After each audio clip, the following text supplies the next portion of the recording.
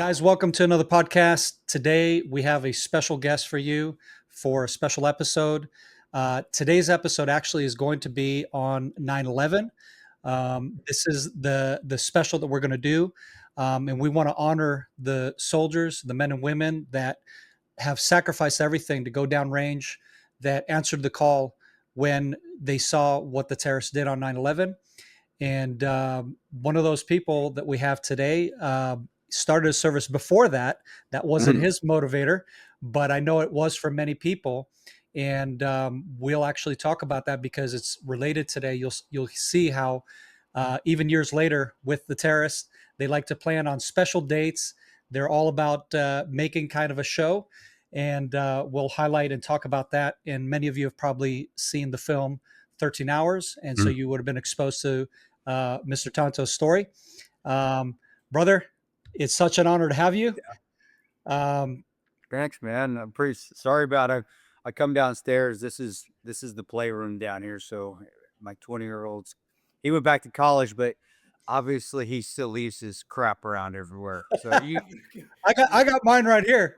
I got mine right here somewhere. It's yours, but I'm a dad more than anything now, and now I'm just seems like I'm like looking down here, going, okay, where's this mess? I'm looking at, damn it, these kids.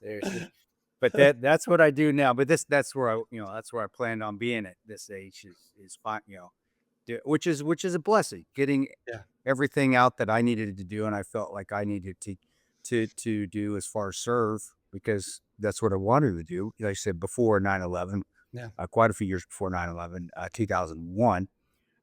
But it was always, once I was done, it was being a dad and being at home and having the stereotypical white picket fence with a little white house on a little piece of land, and that's where I'm at now. So I couldn't be better. I couldn't be in a better spot, which is good, because then it helps me be able to relive and talk about what happened to us on 9/11, 2012. So I'm grateful to be here, bro. And I always want to say thank you for coming on our show. It was a really good episode. I really appreciate you coming on the Battleline Podcast. But what's it been, about a year now?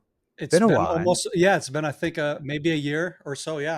I'm losing track of time because I'm on deployments on and off. And so right now I'm on my break. Okay. But it's hard to tell. I'm not on deployments. I'm just getting old, man. That's why it's probably I've got my bell rung way too many times. Thanks, bud. I appreciate you having me on again. Well, it was such an honor, and as I told you then, I wanted to do a special with you for 9/11, and I know this is something I've been planning for a while and hoping it would work out with my deployments. Last deployment, it didn't work out, but why don't we start actually at the beginning for you? I mean, a lot of people, I think it's good for them to understand, how'd you grow up? What kind of kid were you? Sure. What were you into? What kind of stuff did you do? I was a little, excuse my language, I was a little shit. I was a little truant. But I was raised very well. I had great grandparents on my mom's side. My father's side, they passed away when I never knew. They passed away when he was one, when my dad was 1 year old. My grandpa on that side, my dad's dad, he actually was in the Army Air Corps. He got shot down in World War II. So to say that that's why I joined, no. I mean, I didn't know him. I always knew that he was in the military because I had a little bomb that they actually put on necklaces for all the people that were on that B-17 that he was on. And I thought that was the coolest thing in the world, a little metal bomb that was about that big that they dropped from the B-17s that was part of their own crew, esprit de corps. And then there's his Purple Heart. And I didn't really know what that was, but I just thought it was the coolest thing in the world because it was up on the mantle, our house. But I never really, I didn't get to know them, but I knew my grandfather, Joaquin Garcia, and Rose Dominguez, my grandmother on my mom's side. It's obviously they're Mexican. They were immigrants that came from Mexico. And I spent tons of time. That's where I was raised, really. On my mom's side, they adopted my dad, who's from Spur, Texas. You're from Texas, so not very people know where Spur is. Right outside of Lubbock, it's like nothing. It was nothing 50, 60 years ago. Now it's still nothing, but but that's where he was raised. That's a rough, that's a rough area. I mean, there's Yeah. nothing out there but dirt. It's what your farming is. And that's just my dad. My dad was very poor. Mom was very poor. But the thing that's funny is I don't ever remember us thinking we were poor. That was never a thing. We always had enough. And that was one thing I think beautiful being raised was whether from my father or from my mother and my grandmother, my abuela, my grandmother, my grandfather, um, was that we just lived. That was it. It was just to go live and have fun and enjoy life and run around, scrape your knees, crack your head open in the back of a potato truck, which I did several times. Get rushed to the emergency room, then get back up, get on your dirt bike, and get right back out there and jump through the canals and try to break something else. Yeah. And we were happy, and that was instilled. I think that looking back now, that being happy of not ever putting race or color or our last name or our status in society, making that as an excuse to be successful or not to be successful, that resonated with me because it was always, Eho, work your ass off. Did you work hard enough? Did you not make that team? Did you not do well in this? Well, whose fault is that? It's nobody Mhm. else's fault but your own. Yeah. And I love it. And that was always how I was raised. And so growing up, it was just work harder than the next person, work harder than the next person, but have fun, enjoy it. If you're not having fun, then why do it? And so I grew up with that mindset. My father played football through college. He actually went to Texas Tech and then he transferred to Adams State College, or Colorado. And then he was a football coach and athletic director. So after growing up in that crazy childhood of just having fun, the childhoods that I think most children don't get to experience anymore, which is grabbing your little 22 and walking the canals, looking for asparagus in the canals and shooting the doves, and be gone for the day like I was all day. Nobody worry about you. Um, that really helped me because it just brought toughness, and then it just brought a little bit of I would say, the ability to depend on yourself. Even being 10 years old and a mile away from home, walking along the Colorado River with my little golden lab, and I'm fine. I'll take care of myself. Probably wasn't the smartest thing to do, but I did. That's what we did. That's how we Mhm. grew up. And so when we grew up, and my dad who was playing athletics, that for me to get in when I started getting this system, it was to always play athletics because that was still a place I could skin my knee and get hit with the baseball or get a concussion, coming out of the middle of the field, catching a football or basketball, rolling our ankles. And my dad was an athlete, of course, throughout. So that just, it just was one of those things. It didn't push me. It's just, that was our life, farming and then teaching, which my mom was a teacher and my dad was an athletic director. So he was a teacher, but in the athletic department there at Adams State College. So I think athletics was wonderful for me. It was tremendous because it taught me teamwork. It taught me, again, work ethic. You don't get on the field if you don't work hard. There wasn't Mhm. none of this, what is this, nil or whatever either, where you get a transfer. And if you're not making the team, you get a transfer somewhere else. It was no. Oh, And really? so, That is no, that thing there's in the not. States right now? Yeah, that's college, college and Okay. and and high school too. You can transfer if you want, but it was just work hard, make the team. If you're not on that starting team or that position, you just work harder, or you move to a different team, not a different team, but a different position, and you work hard at that position. So Mhm. I played football and basketball and baseball and track. I did everything I could, and I loved doing all that. Through high school, I had a scholarship for football, and I also had a scholarship offer for basketball and I chose football, which was dumb because that's outdoors and it's not as comfortable. The elements are out there. I should have played basketball. I was thinking I could have been inside in 70-degree weather all the time, but I did, and I played football through college at a little college called Colorado Mesa University. They're a Division II school, and I did quite well. Played. I went to junior college first though because I flunked out of my first year in college. Hey, you live and learn, and I went football. I was a stereotypical football player. I'd rather party and drink than go to class. That's how it was.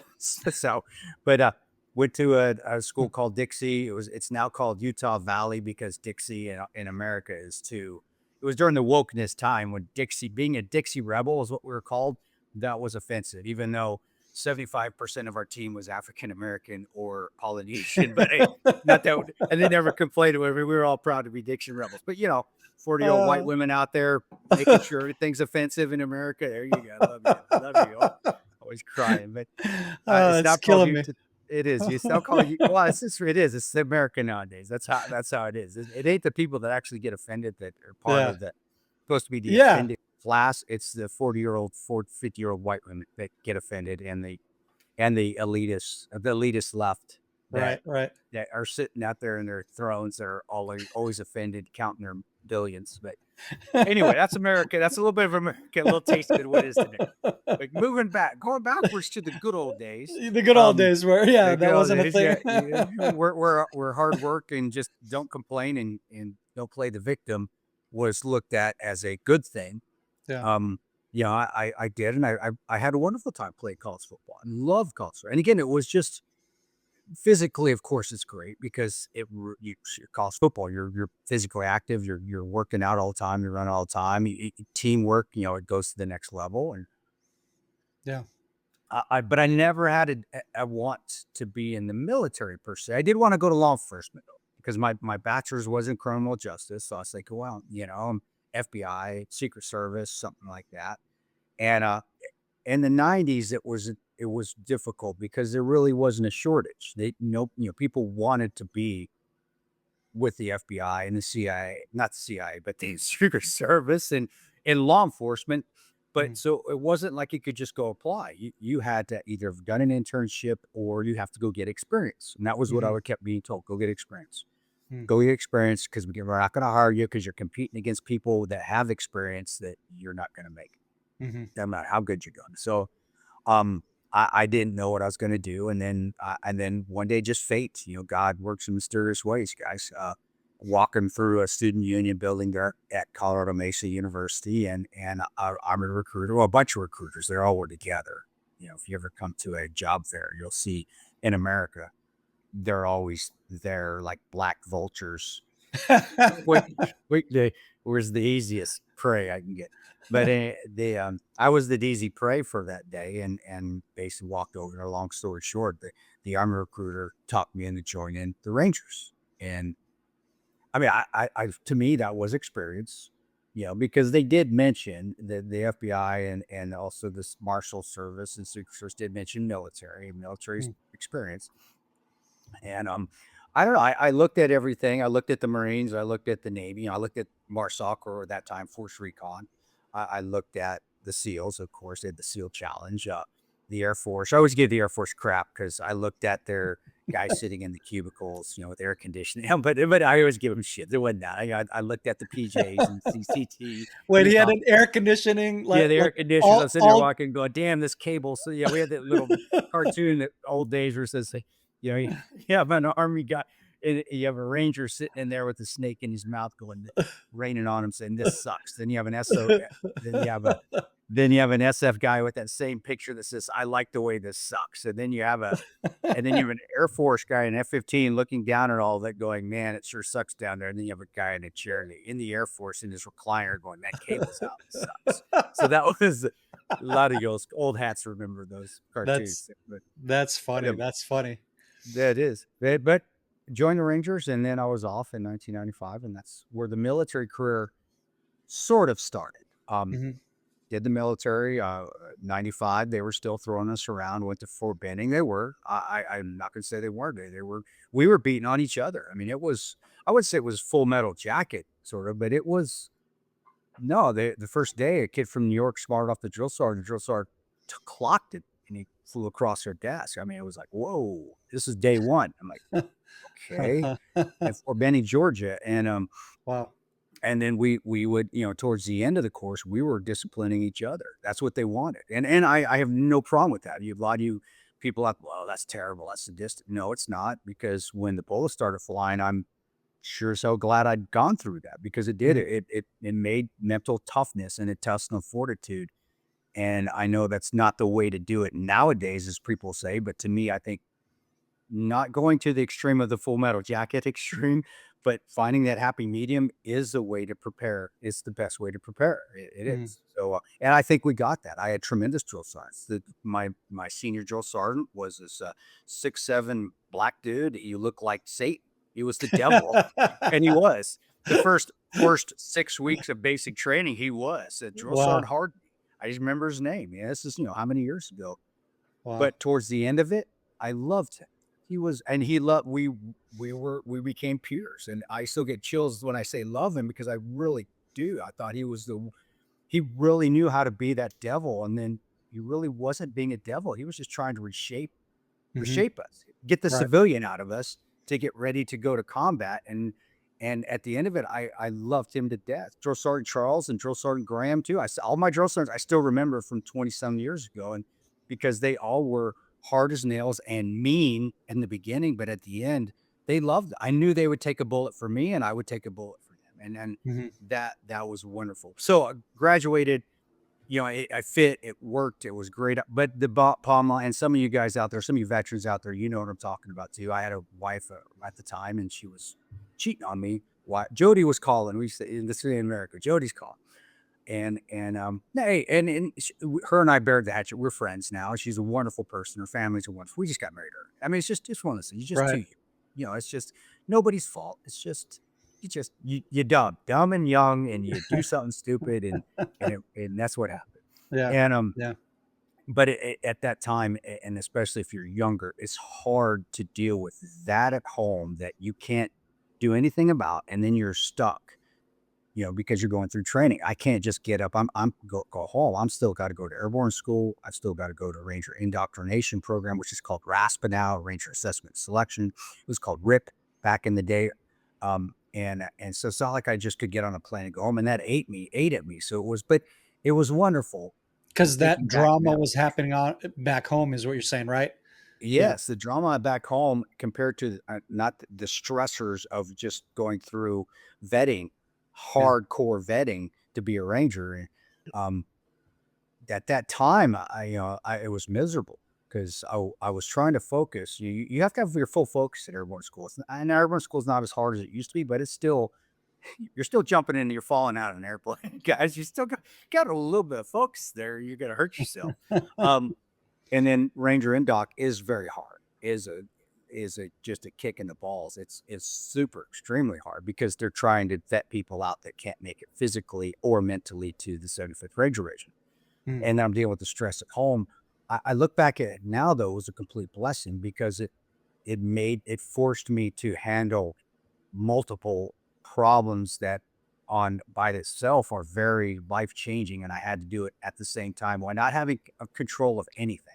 The only thing I could control was me, and I didn't handle it well. I didn't, but I learned from it. I learned how to handle it better in the future. Let's just put it that way. Right. So Right. Right. it's You yeah, you were thrown in right into the right yeah. into the mix, Well, that's and like you you throw know. did the devil here, devil have him, and Mhm. you either put a gun to your head and you blow your brains out, or you quit and you go pump gasoline the rest of your life because you don't want to handle it, or you fight through it. And Yeah. that's what I did. But I was raised that way. That's the beauty of having immigrant grandparents and a wonderful father, that didn't have a lot, and a mother that didn't have a lot, that just worked their tails off. It was no, you suck it up, get through it. Embrace Mhm. the suck is what we say in the military, but that's essentially what I was doing. And Yeah. and I did have support though, so don't think I didn't. Parents, wonderful grandparents, they supported me as best they could. Mm. So I knew I had that safety net, which always helps. So I always be a good father and a good mother when your kids are going through stuff. Yeah. But Yeah. Yeah. got through airborne school, um, got through Ranger and Doc, went to the Second Ranger Battalion. I didn't have a tab yet, so for those that don't know, you go to Ranger Battalion after you go through Ranger Indoctrination Program. That's where you earn your beret. It's the tan beret now. Back then, we were the only ones that had the black beret. Mhm. Now the whole army has the black beret, which is anyway. Anyway, us old guys have heartburn for that forever, but that's all right. But you earn your scroll. You're a scroll, and then and you're a ranger. You go in there and you're putting in your time. Now you're a ranger private. So when you're a ranger private at Ranger Battalion, you're basically a peon, and you get shit on you're getting shit on every guy. But that's that is it. That's the nature. You're supposed to be. Come on. I had to go through it. You're going to be a peon. You're going to carry the most weight. You're going to get screwed with the most. We call them FF games. You're going to get, that's just how you do it. It's a little bit of hazing is what it is. And Mhm. any good special ops unit, any good infantry unit has something like that. It Oh yeah. doesn't matter if it's America or Israel or wherever. Aussies, Brits, makes no difference. You're the new guy. You're going to Mhm. get crapped on. Can you handle it and still do your job?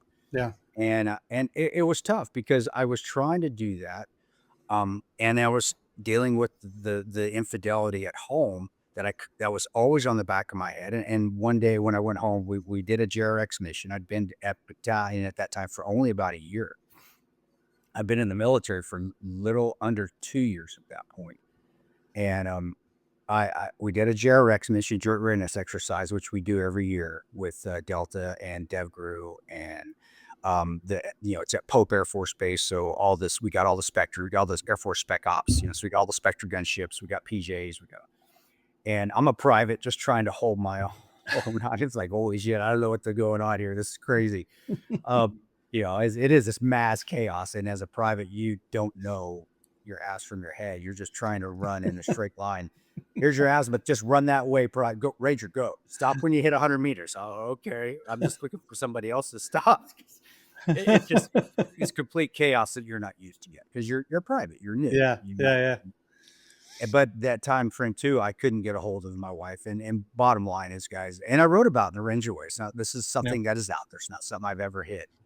But I went home and I was gonna, yeah, Right. thank Right you. Thank you. there. Yeah, hey, that's a book about how to screw up. So That's gonna I've teach you how I've to screw up. I've read this, and I gotta say it's brutally honest, and I love that about both also your public speaking. When you're not, you don't kind of sugarcoat anything, and it's not just either the situation or how you feel about something or whatever, but it's also about yourself.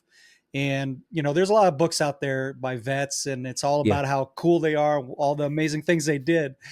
But like you're saying, and you're talking about now, you're putting out there, like, this is what I was struggling with, this was where I sucked at, or whatever. well, that's And failures. yeah. How do you succeed? You have to fail, and then you learn from those failures. That's Yeah. success in a nutshell, from Bill Gates to uh, I'm not going to compare to me, but I'm not going to say that's, I'm being a little bit, guys, I'm not being a narcissistic POS again, but it is any special Yeah. ops community or military community you've been in. You think about how many times did you screw up? Never. I know it never happened. Never. I do everything. I'm true blue all the way through. Yeah, green. I'm a good, but that's that's a good answer though. It's a good answer. You know, Yeah. I'd say is I screwed up and I was kicked out of the military, and Yeah. I did that. So a lot of people don't know that. They're like, you went through. No, I had a seriously bumpy road, which is wonderful. Yeah. Is that Yeah. bumpy road is what prepares you for combat. Because Yeah. yeah, when have you been through an op that went perfect? That you had no mistakes, everything went true blue Yeah. every time, right? Super rare. You get one of those, and you're like, wow, that That was was really too good. easy. Yeah, that Yeah. was too And easy. and then There we you start to question, maybe something did screw up and we missed it, or we you know? missed something. What did we miss? Yeah. It's way too easy. Yeah. But yeah, I did, and then it was a setback. It was terrible because it was awful to be sent home, and it was humiliating because I'm out of the military before even time. I didn't make it. Now I got an honorable discharge. I got very lucky because of a commander and a first sergeant. Both are Ranger Hall of Famers now. I know they had a lot to say on it, Mhm. but I managed to get their honorable discharge. So not that I was planning on going back in right when I got out. My plan was to go home and try to reconcile with my wife and get my head right, but it went completely the opposite. So anyway, it was out. I was out. I went to spring break with a buddy of mine. He said, "Yeah, I come home. I'm 20, 26 at the time, and I'm just trying to get my head up. It's springtime." He's like, "Let's go to South Padre Island, dude. You need to go pick me up." All Mhm. right, let's go. Let's get out of here and get out of the toxic environment. And I did, and you know, again, the Lord works in mysterious ways, and I always tell people, and it's true story, guys. Um, dancing at it was Louis on the lake there, South Padre Island. I'm dancing. You know, I'm just got back from Range Battalion, so I am just shredded. You know, so I'm looking good. I'm looking good for my tour, and I'm down there and I'm dancing, and it wasn't Fireball, but it was a cinnamon liquor that we used to drink. It wasn't Fireball, it was something else that we always used to drink. Cinnamon schnapps of some sort, and it got spilled on me, and it burnt the hell out of me. I mean, it was burning, and I'm drunk. So I'm on a fight. I'm ready to fight somebody. Whoever knocked the tray girl into me, we're getting it on. And it was this beautiful 5'10", light blonde, brownish, you know, it's that sandy, it's that kind of dirty blonde hair, long, just I mean down to here. And she's ripped too. She's shredded like wow. I mean, it was serious. Cupid Zero. That's my she's upstairs right now. That's my second wife. We got to be but So did you fight her or not? No, she would have whooped Come my ass. on, come Anyway, first of all, on. she would have whooped my ass. But second of all, Because it's she like, wasn't drunk. yeah, she was drunk, and you know, she's at that time she was an all-American volleyball player, so she was probably stronger. She's stronger than me, definitely. She could definitely kick harder than me. Yeah, But it was just wow, yeah, and I was just one of those. You think back now, and you're like, okay, dang, God did have a plan. That was the plan. Oh my God. The plan was to get away from this, even though you wanted this so bad, that first marriage, you wanted to work it out. You almost destroyed your whole life for it. Instead of just letting God have it and say, okay, God, you got it. I get it. And he showed it. He's like, okay, I fought that, but you know what? You know what, Kris? Because you're an idiot, I'm still going to give you this gift. And he did, and you know we've been yeah. married ever since, and it was wonderful. But she was also got me into grad school, so I went to grad school, got my master's degree, and then but I always said that I wanted to get back in the military, and I went back in. I had to wait 2 years. That was the stipulation of my ATS, my end of time in service. At that first one, that I had to wait 2 years, Hmm. even though I got an honorable discharge.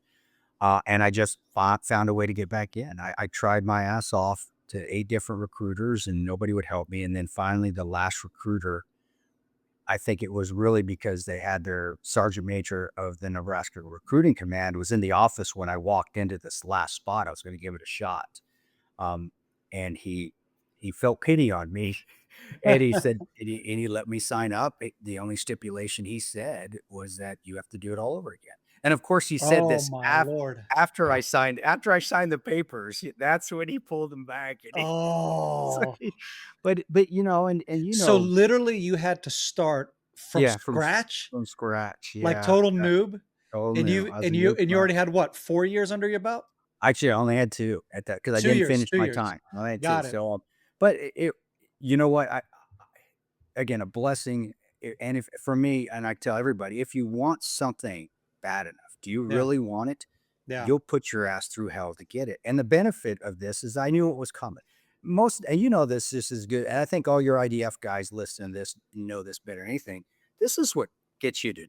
It ain't the physical stuff. We could do that. We just worry and we overanalyze and we're like, yeah, holy shit. And we might, excuse my language, beat this if you have to, but we mind fuck ourselves. yeah, yeah, That is yeah, the biggest issue with people quitting. It's not the physical stuff. It's that we think, oh my gosh, I'm going to be able to do this. Well, I knew exactly. I was going to be able to do it because I excelled when I was in the first time. I've been very blessed physically. You know, I could run 5-minute miles. I could do 120 push-ups in 2 minutes. I could do 30 pull-ups. I was very blessed genetically. Mm. Thank you, mom and dad and grandma and grandma. So going back in, it was like, big deal. It's gonna suck. It's to me, it was like, damn, this is really, I gotta waste my time to do this again. Yeah. But I did, and a wonderful, wonderful time. It wasn't as hard. The military had already started, the army, even the infantry had already started to lower the standards, which we do every year. You know, we do. That's the military, you know, but we do it. And so when I got there, you know, instead of having to run 11-minute 30-second 2 mile to max a PT test, now it was 13 minutes. I'm like, this is a 13 joke. minutes? 13 minutes to do 2 miles. That's six and What a half minute miles. what year is this? 1999. In Yeah. that Yeah, what? well, now they don't even have it. Now they have that, you know, the kind of like the CrossFit sort of PT. I don't even know what it is now. But it was, That's crazy. I mean, I know, isn't it? yeah, we don't have that in the IDF. You know, there's a, It's there's the it standard, and like what you said, I think the 2 kilometer run was about 11 something I minutes love it. or It should be. whatever. Yeah, I think for we was Is always about the we always same. kind of because we I think we all pulled it, and God bless the Brits and the SAS. They have the hardest. They do. They have Yeah, the hardest vetting. They do. I think yeah, a lot of it, we just pulled a lot of that from the Brits back in the old World War II days, that's and right. it stuck. But to me, when I'm like, oh my gosh, this is a joke. All right, Yeah, and especially for you because you're a runner, well, like I'm a, a runner, yeah, as well. Yeah. and I was still staying in shape, but we got through that and went through event basic, got Wow. through airborne again, went through RIP again, and very easy. A lot of the guys I knew because I've been out for about 2.5 years at that point, so now they're E5s. So Right. one of the guys was actually a RIP instructor, a ranger, and he's like, "What the hell are you doing here?" I'm like, "Oh, I had." Right. It's like, really, you're having to go through this shit again? I'm like, yeah, but it was just more of it was wonderful because I'm glad I did it again and I got through it. Yeah. I got to learn from the past mistakes, so and didn't make these mistakes going forward. So it was really a wonderful experience. And then I got back to Ranger Battalion and spent a couple more years there. Went to Ranger School, got my tab because I didn't get my tab the first time because I just didn't get it. I got kicked before I was able to get to school. Hmm. People think that Ranger School is Ranger Battalion. That's not. Right. It's Ranger Regiment is a scroll, and then when you're there long enough that they want to put you in a leadership position or they think you're ready, they'll send you to Ranger School. And I was there for only a few months because a lot of those guys knew me from before, but they were all NCOs. And actually, my XO I had went through basic training with the first time. He had just gone to become a commissioned officer, so he's the XO there. He's the captain, and he's like, okay, you're not saying you're going to school. We're getting your ass out of here. Go get your tag, get back, become a team leader. So it did work out, and Yeah. it was wonderful, and everything was going great. And I actually got slotted to become for commissioned officer. I did I did a year of green to gold. That was my choice. It was an OCS, and I had to wait, or I could go to green to gold, do a year because I already had a master's degree. I didn't have to get the degree. I go do your year of green to gold at Creighton University, and then put your packet in, and we'll pick you back up as a platoon leader. And you come back as a PL. And so that's what I was doing. But during that time when I was going through, got my commission, going through infantry officers basic course or IOBC. It's called something else, BOLIC or something now. Um, I had it. I didn't know I had it, but I had a pretty severe case of Crohn's disease that I'd been dealing with for years. Mm. My stomach hurts. I shit a lot. That's I drink and I eat pizza, and what do you expect? I mean, but then it started, blood and mucus, and then I started to get weak. I remember something was wrong because I did my EIB, my expert infantryman badge, ruck march. It's the last thing you do. Mm. It's a 12 mile in 3 hours. It's the EIB, called EIB standard. Did I could run 12 miles with a rucksack on, 50 pounder, and I remember walking it, and I remember going, man, I'm tired, and it wasn't like me. I was like, Yeah. something's not right. And then I went to Fort Benning, was out on the Malone Ranges, and I had to I had to bark. I had to pass gas, dude, and I did, and I sharded myself, Yeah. which is kind of normal to feel. But when I did, it was blood mucus Dang. came out, Wow. and so it was another kick in the gut. And this is 2003 at the Hmm. time, and I was serving with 19 Special Forces groups. So actually, I was in the Guard, and I was going through my officer training. So I was still training with the Guard and still with an ODA 993. Wonderful group, bunch of guys. And So the so ranger I'm the Rangers have an ODA just like the. Oh, I'm sorry. No, when you go to officer school, you have to you get out of your unit, and then you're part of either um PERSCOM, which is part of Fort Benning. That's OCS. That's the infantry. That's the active duty side. Or you go and you can do what we call an SMP, simultaneous membership program, which you keep your rank. You don't have to become what we call a DOT, which means a cadet, which I'm Mhm. not going to get cadet. And you just don't take a scholarship for your ROTC or your green to gold. So Mhm. once I got out, so you have to basically, the way I do it is I'm going to go into ROTC, Reserve Officer Training Corps. Mhm. you have to get out of active duty. So you ETS out of active duty right into into the reserves, and then you can even jump to a guard unit, which is what I did, and it was Mhm. wonderful. If you go OCS, you stay active duty, but you get released from your unit, 75th, and you're part of I Corps at Fort Benning, Georgia, which is where OCS is. And so what I did is I did that.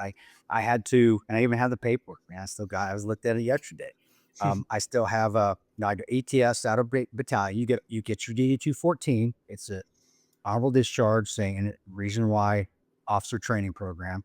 And then I have a contract right after saying right into the reserves. So basically you sit there and you say, here's your contract to get out. Here's your DD 214. You're out.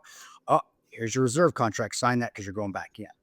And they make sure. And which is cool. I mean, I get it. And then Yeah. when I got to Creighton, there was a ODA in Colorado that I wanted to be a part of. And I just, hey guys, I'm out. I was from Ranger Battalion. Can I jump on your ODA 5th Battalion 19 Special Forces Group, Charlie Company? And they're like, yeah, come on. And spent So time there. so that's what I was And then wondering. So Rangers do operate together with the Green Berets then? kind of, not too much. Or No, do you because they're, do you call your deployments, like the unit you deploy with, also an ODA? That's what I was trying to no, understand. I got you. Ranger Battalion, the 75th Ranger Regiment is autonomous from Special Group. They're two separate entities. That's what I thought. Normally, no. Yeah, normally, no. They're completely separate units. Basically, I went from 75th to 19 SFG which is the Camp Perry is their headquarters there in Utah. And I was on their Charlie Company unit, which their armory at that time was Colorado Springs, but it's completely separate.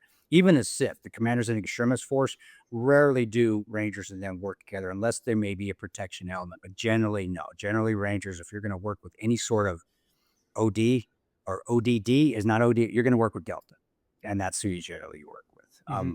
The SF guys do their own thing. It's a completely different mission. It was awesome because I learned FID, I learned unconventional warfare. Yeah, I'm learning your training. I learned more high sights. And then, but you're also doing direct action stuff too, because if you're on the Commanders and Extremis Force, the SIF team, then that's the DA team for the ODAs, and those are Mhm. pretty high specialized guys. A lot of people don't know about the SIF teams out there. Oh yeah. Um, in fact, that was the team that was going to try to come help us from 10 Special Forces Group. You see on the movie, JSOC team getting spun up to pre-position. That was them. That was the SIF team. Their job is for QRF. Their job is to come Correct. for us. I mean, our situation is the actual job for a SIF team, but we'll get into that in a second. But anyway, I know some guys from there, and it's yeah, it's like the secret squirrel within the group. within the Green Berets, within Yeah. the ODAs, and Incredible, they're incredible ship hot. dudes. Yeah, No, they're ship hot. They yeah, are. They're yeah. one, and I I mean, just love it. they're equivalent to Delta, I would say, in many ways. Yeah, I'm not even going to jump into that argument because I'm staying I, all I, that shit, dude. I'm Israeli. I can say that, but I'm just saying You do. You go. from my knowledge, from knowing these people and Yeah. knowing a little bit of that kind of world, then it's pretty impressive. Is all I'm Well, saying. and they Like do. people, I don't think people Yeah. understand. Like you said, I mean, they have the QRF teams like globally, right, that are Yeah. ready for hostage rescue, whatever. I mean, that's the kind of stuff that again Delta does, right? And it's not to take away from Delta, obviously, But they can't um, be everywhere. First of all, they but can't they be can be everywhere. everywhere. Yeah. And there So this are is like the tip of the spear within yes. those guys. Yeah. The SIF team and they're just great guys, Yeah. and a lot of them are from Ranger Battalion that decide that don't want to go green or don't want to go to RRD, Ranger Recon Detachment, and they want to go to SF, and then they're like, well, I'm getting tired of doing the FID stuff, which is the foreign internal defense. That's training locals. I'm getting tired of doing the FID. I want to go back to DA, the direct action. I'm going to go try out for the SIF team and go through Cephalic and Sephardic and all that other stuff. But All right. that was, to me, that's why I wanted to do it. I was like, I commissioned, and the RTC is going to suck. It's going to be boring. I still want to say at least somewhat operator active. And I did. It was wonderful. We still jump. We'd go training Camp Kersey in Wyoming. We'd go to the ranges and we'd have the money. That was the difference. We had so much money. Not that the Ranger Battalion didn't, but the SF groups are so small that the money gets can go a lot farther. Yep. So we'd go to Yep. the range and I'd have 8 claymores. I could just go try to blow a tree up at the range. I was like, this is freaking awesome. And grenades. I have a picture of me. I'll post it one of these days where we're going out in the winter in Guernsey. We're going to the range and I flip my PC backwards. It's got my cat eyes. This is my old outer regs freaking PC that I had for Range Battalion. And it's backwards. I still had glasses at the time, so I got my BCGs on, man. Yeah. And I'm just covered in grenades. Well, those are all live grenades, and I'm sitting with one with a pin out one because that's just because we're just going out and throwing them. But that was the beauty of it, and that's what sucked though, is that when the colitis and the Crohn's disease happened, I was done. Yeah. They rushed me to the hospital. I had to get fed intravenously. I looked like after a week, it looked like I had just been through Ranger School again. I mean, I was Wow. lost weight and I thought my career was done. I thought it was over. I'm sick but again, go back to my family and it was, hey, did you work hard enough? It was always, did you work hard enough? Hijo is like son. That's what son means in Spanish. Mijo means my son. Hijo means son. Pendejo means you're a jackass. Seriously. So I got called pendejo a lot, but it was like, every day my grandmother, grandfather, my mom, did you work hard enough? Did you work hard enough? And that kept going through my head. So I was like, there's no way I'm letting this beat me. And that's when 9/11 was going on too. I mean, it was a few years before, but so I was going through, I just got picked off for school, 9/11, 2001. I was actually walking to class because I had to take classes. Guys, it's green to gold. I'm doing ROTC. I still got to go to class. I'm just working on a second master's. And a guy goes, hey, the Twin Towers had been hit. And I remember walking to school and I'm like, oh, okay. And it's like just some random dude as I'm walking on the road. And then I saw it and I'll be honest, I was heartbroken. Not, not the bit we got attacked. I mean, I figured, I think all of us here that I don't call myself a warrior mentality, but have a realist mentality, understand that it's going to happen. You guys get it. You guys, because that happens, I don't say every day, but it does. Here, most people think that and it's because of our location too. Our location definitely helps. Have an ocean the whole way around us, and then the tree huggers up in Canada, except for the Kansoff guys. You guys rock. I love you guys. But, and then and then having our wall down there and having a good wall again. We're pretty well protected from rockets, not from infiltration, but from rocket. Nobody's got a rocket. Yeah. So when that happened, to me, it was, well, okay, it was bound to happen eventually. I mean, we've been getting away with it for a long time.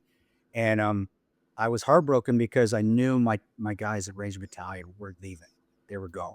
And I knew my ODA was going. And I was at officer school. You just can't leave officers. When you become an officer, and I did go to my commander, Lieutenant Colonel Worthman. And he was a former task force guy. He was a Night Stalker. And he was long and he was a Night Stalker. He's from the source, Special Operations Aviation Regiment, 160th. So he knew, he gets it.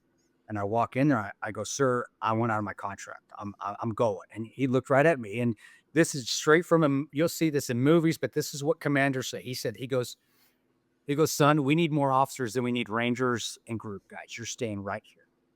Yeah. Okay, roger that, sir. I go, what if I leave? He goes, if you leave, you're either AWOL or you're going to send you where the Army needs you, the needs of the Army. And that's the scariest thing to any guy from special operations community here from a commander is needs of the Army. That means you're going to some bunker in Fort Knox. You're not going anywhere. And so it sucked because I watched everybody. I watched the Rangers jump into Afghanistan. I watched 173rd jump into, I was one of the airfields in Iraq, the Haditha Dam. I had buddies that were at Haditha Dam. I was like, Jesus, I thought I missed my window. Right. But, then the sickness came on and then now I'm just fighting for my life and not even really caring about what's going on because now the war's been raging for 2 years. But I found a way to get better. I just stopped eating things that hurt my stomach. So basically I was on a all protein diet for I couldn't eat carbs. I couldn't drink milk, couldn't eat anything dairy. It was rice and tuna and then vitamins the best I could. And I found goat milk. I built the colostrum built my GI tract back up and tons of medication, just medication. And then in 2003, that's when Blackwater called me. and Triple Canopy called and Blackwater called. Blackwater called first. That's the reason I picked Blackwater. And they asked me if I wanted to start contracting. And I said, well, yeah, how'd you guys get my number? Well, they both had buddies I'd served with at Ranger Regiment that were now working for Eric's group, which is Blackwater, and Lee Van Arsdale's group, which was Triple Canopy. I think Lee and Eric both are left both those companies now. But at that time, that was a big deal. I mean, people didn't know Eric per se at that point, but knew Blackwater because of things that had been going on. Oh, If sure. you're from the community and you know Black Hawk Down, you know who Lee Van Arsdale is. That dude is a freaking god. I mean, he is Delta. That is Delta. I mean, the only one more Delta than that is probably Charlie Beckwith. But so it's like, holy crap. Like, okay. And I said, yeah, I'm good, in good health. I wasn't, but I lied to them because they weren't going to physically check me. They didn't do physicals for contracting back then. Mm-hmm. And I went to Moyock in North Carolina and did my 2-week train up, which was basically a bunch of special ops guys, because that's all it was. You had to have I think it was 3 to 6 years of special ops, and I had at that point, counting my guard time, and all they did was fight all day. SEALs fighting with Rangers fighting with Delta guys fighting with Civ. I would sit on a bench. There was a bench out in Moyock, like a stand. Like bleachers, and I would sit and watch guys argue and fight about how to do protection all day, because there were guys coming back from the Karzai detail, there were guys going out to the Bremer detail, there's contract. Nobody knows what the fuck to do. Nobody has any idea what to do. But they all are experts, and I would They're all sit experts. they're all experts, and they're all alphas, because they're all they're all SF guys, all special ops guys. Yeah. It was just hilarious, and I was getting paid. And I remember a guy named Jeremy walked over to me. He was one of the instructors that had just got back from Iraq. And he walks over to me, and he's one of the instructors there, one of the leads. And he goes, "What are you laughing at?" I go, "I can't believe I'm getting paid to sit here in the springtime in Morak and watch you guys fight all day. I'm getting paid $250. This is freaking incredible." And he just busts up laughing. But 2 weeks, passed all the vetting. It wasn't hard. State Department qualifications are not hard, and took off, and then that's where it all, dude. That's where all started for the contracting for the next 10 years. Yeah. So what year was that you started? 2003. 2003. Okay, yeah, cool. 2003, and end of 2003, beginning of 2004. Yeah. And that's when I got over there at Baghdad, and it was freaking crazy. Helveston had just happened. We just got in the country. Helveston had just got killed in Zovko, and those guys got hung from the bridge in Fallujah. Zovko and the guys that just got hit coming off Biop was getting hit. I mean, that was when Biop was getting busy. We lost Zovko and a couple other guys, Polish ground guys that worked for Blackwater, and a couple SEALs that were doing stuff on Biop runs that had just gotten killed. The Edinburgh risk guys were getting hit all the time. It was madness. It was freaking awesome, though, because we didn't know. Nobody had any intel. There were no maps for anything. I mean, you had to go to just, hey, did you go down this road? What did you see? And we'd try to go to the geospatial group at the State Department. I love those guys because they had no idea what they were doing, but they knew how to make maps. So we were literally building what they have now at that time, and it was wonderful. I mean, I'm glad I lived through. We lost, a lot of guys just died. We went down the wrong roads that we didn't know Haifa Street was bad. We just thought it was the quickest way to get to the Ministry of Audits. We're going straight past. Oh, no shit. Who was it? Was it Sadr?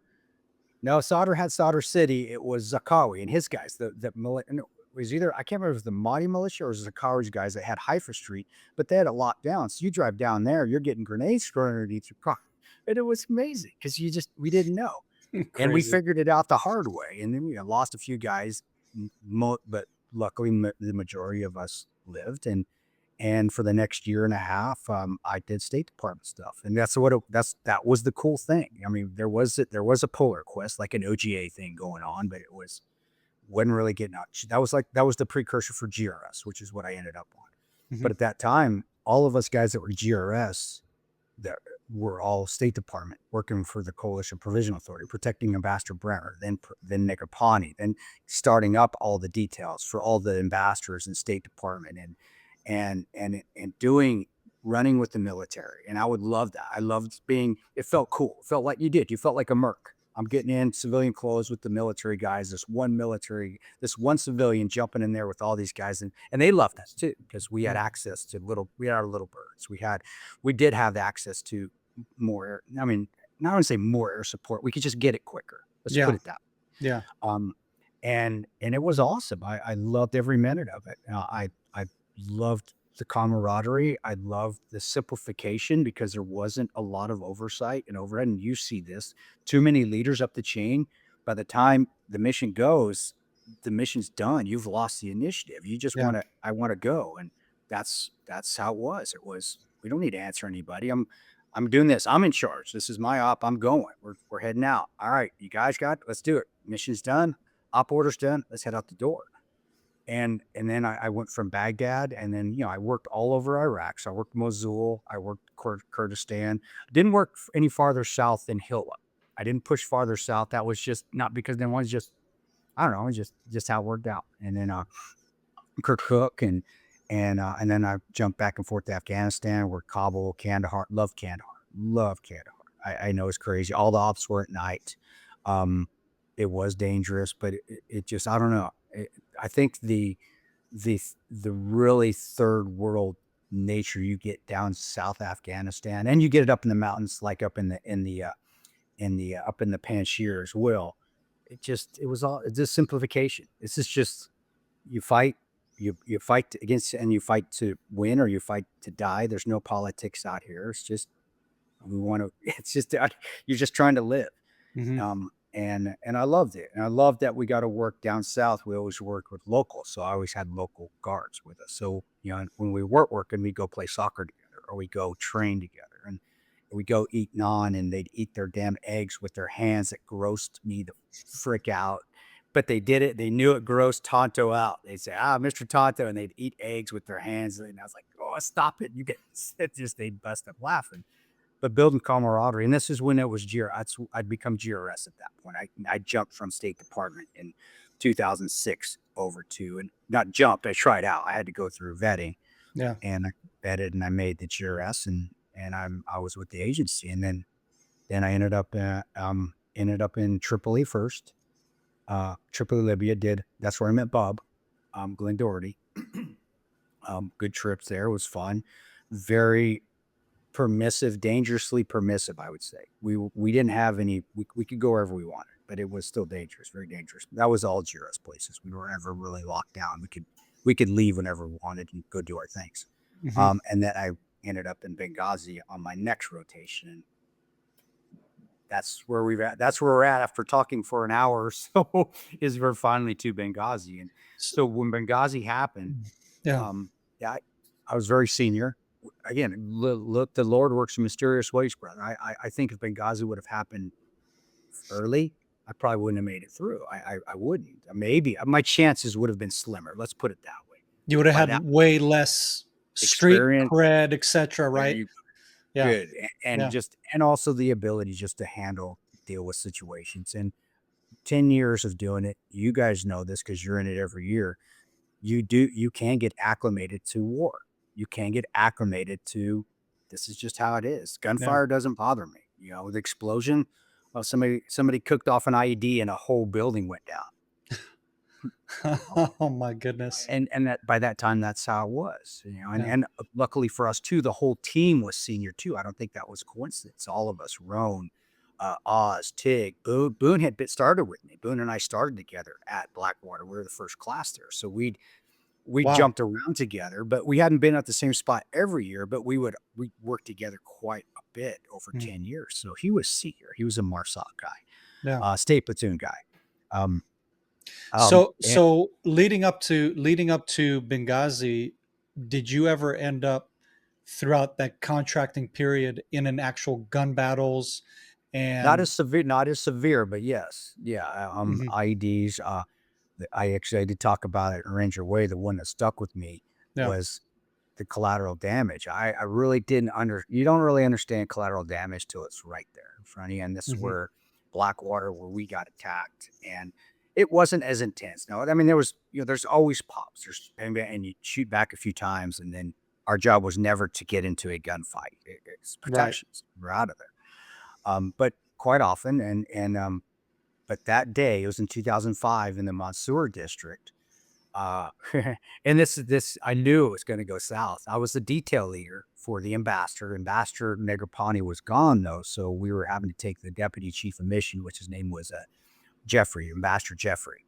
Um, Delta had wrapped up an imam, thinking that he was a terrorist. He wasn't. Mm. So we had to take the ambassador down there to apologize to the imam.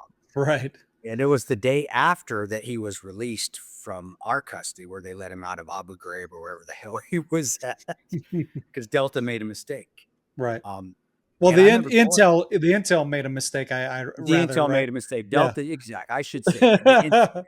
Because Yeah. no, and no, I shouldn't. You're exactly right. Delta Yeah. did his job, and they're fucking badass. I mean, they are. Yeah. They did what they had to, and imagine that military intelligence making a mistake. Oh no. But I even told the backer, I said, sir, we should probably let this cool off for a week, because they're pissed. And I'm guaranteed their neighborhood is pissed, because this imam is at that mosque. We're not going to apologize to him. It's the neighbors we need to worry about. Yeah. And he's like, no, we got to go. I have my orders. Who's the president? Bush, was it? Yeah. Was Bush president? Yeah. He's like, President Bush, president says we got to go. I got to go apologize. All right, here we go. Well, all day it feels froggy. You can get there, and there's pictures taking out, guys coming on their box, taking pictures. We have constant run-ups from the typical cars we have a black Mercedes that keeps running up on us. I got my Ranger buddy Joe out there pushing him back with the Mark 46. It's froggy. But what got me is, even through all that, and that's why I love kids. Even when all that shit's going on, the kids are still out just playing. That's what's so amazing. Kabul, didn't matter if it was Afghanistan, didn't matter if it's Iraq, didn't matter if it's Libya, all that shit that we're dealing with, they're just out playing. There's two little girls that are out playing in a yard, and they're just playing with their sisters. Yeah. Well, I'm watching all this madness, because I'm the detail leader, so I'm trying to manage everybody. I've got 50 guys, plus I've got our Army contingent. We had an Army contingent, the Minnesota National Guard Infantry, a company that was attached to us. So we had a huge element. I mean, by that time, it had gone from the crazy Merc stuff to big operations for particularly whoever your protectee was. And we had the head guy at that time in country in Iraq. He was the guy. We have him. He's got to stay safe. He's the main guy. I remember we were getting ready to leave. I punched out this. I rode with the infantry guys. I rode in their Humvee, so I jumped in. We jumped out there. We're going to go block some intersections. So smooth. The ambassador can just fly through. And I don't know if you've ever been to Iraq and you've seen that before. In the early days, where PSD elements, huge ones, would block intersections down, so high value targets could just zoom through and get home. Well, that's what it was. We'd go block it, and I blocked one just down the road with the military guys. We stopped them. Again, and throughout the day, I'm watching the girls play, but I'm also knowing you just know something's going to go wrong. Something's going to go. And I remember as we get the ambassador through, it was awesome. The ambassador shoots through, and if you guys have seen great PSD drivers, oh man, it takes your breath away. I mean, just the smoothness of these big Land Cruisers, and they're blocking, they're going 180 miles an hour. It's like the wind. It's gorgeous. I get chills thinking about it, just watching my team and we have the best drivers in the world. Wonderful. They're unbelievable drivers. And they're just, and you got the little birds covering overhead. So it's just, because we're not trying to hide who we are. We're big. We're the biggest, baddest. We're not doing, there's other missions where we might hide. This one, no. Right. We're big. Right. You want to hit us, you're going to pay for it. Right. Little birds overhead, they're shooting out. I got a Humvee following one that punched out front, one in the back. They're and they took off. And then as they took off, all of a sudden, boom, it's huge rocks. And there is overpressure, guys. If you're close enough, you actually, in this big enough, you actually will see a shock wave. If you're close enough, it's a big enough bomb. But you do always feel people say it's the ground shaking. Well, it kind of is. But it's the overpressure. Oh yeah. It's like a shock wave.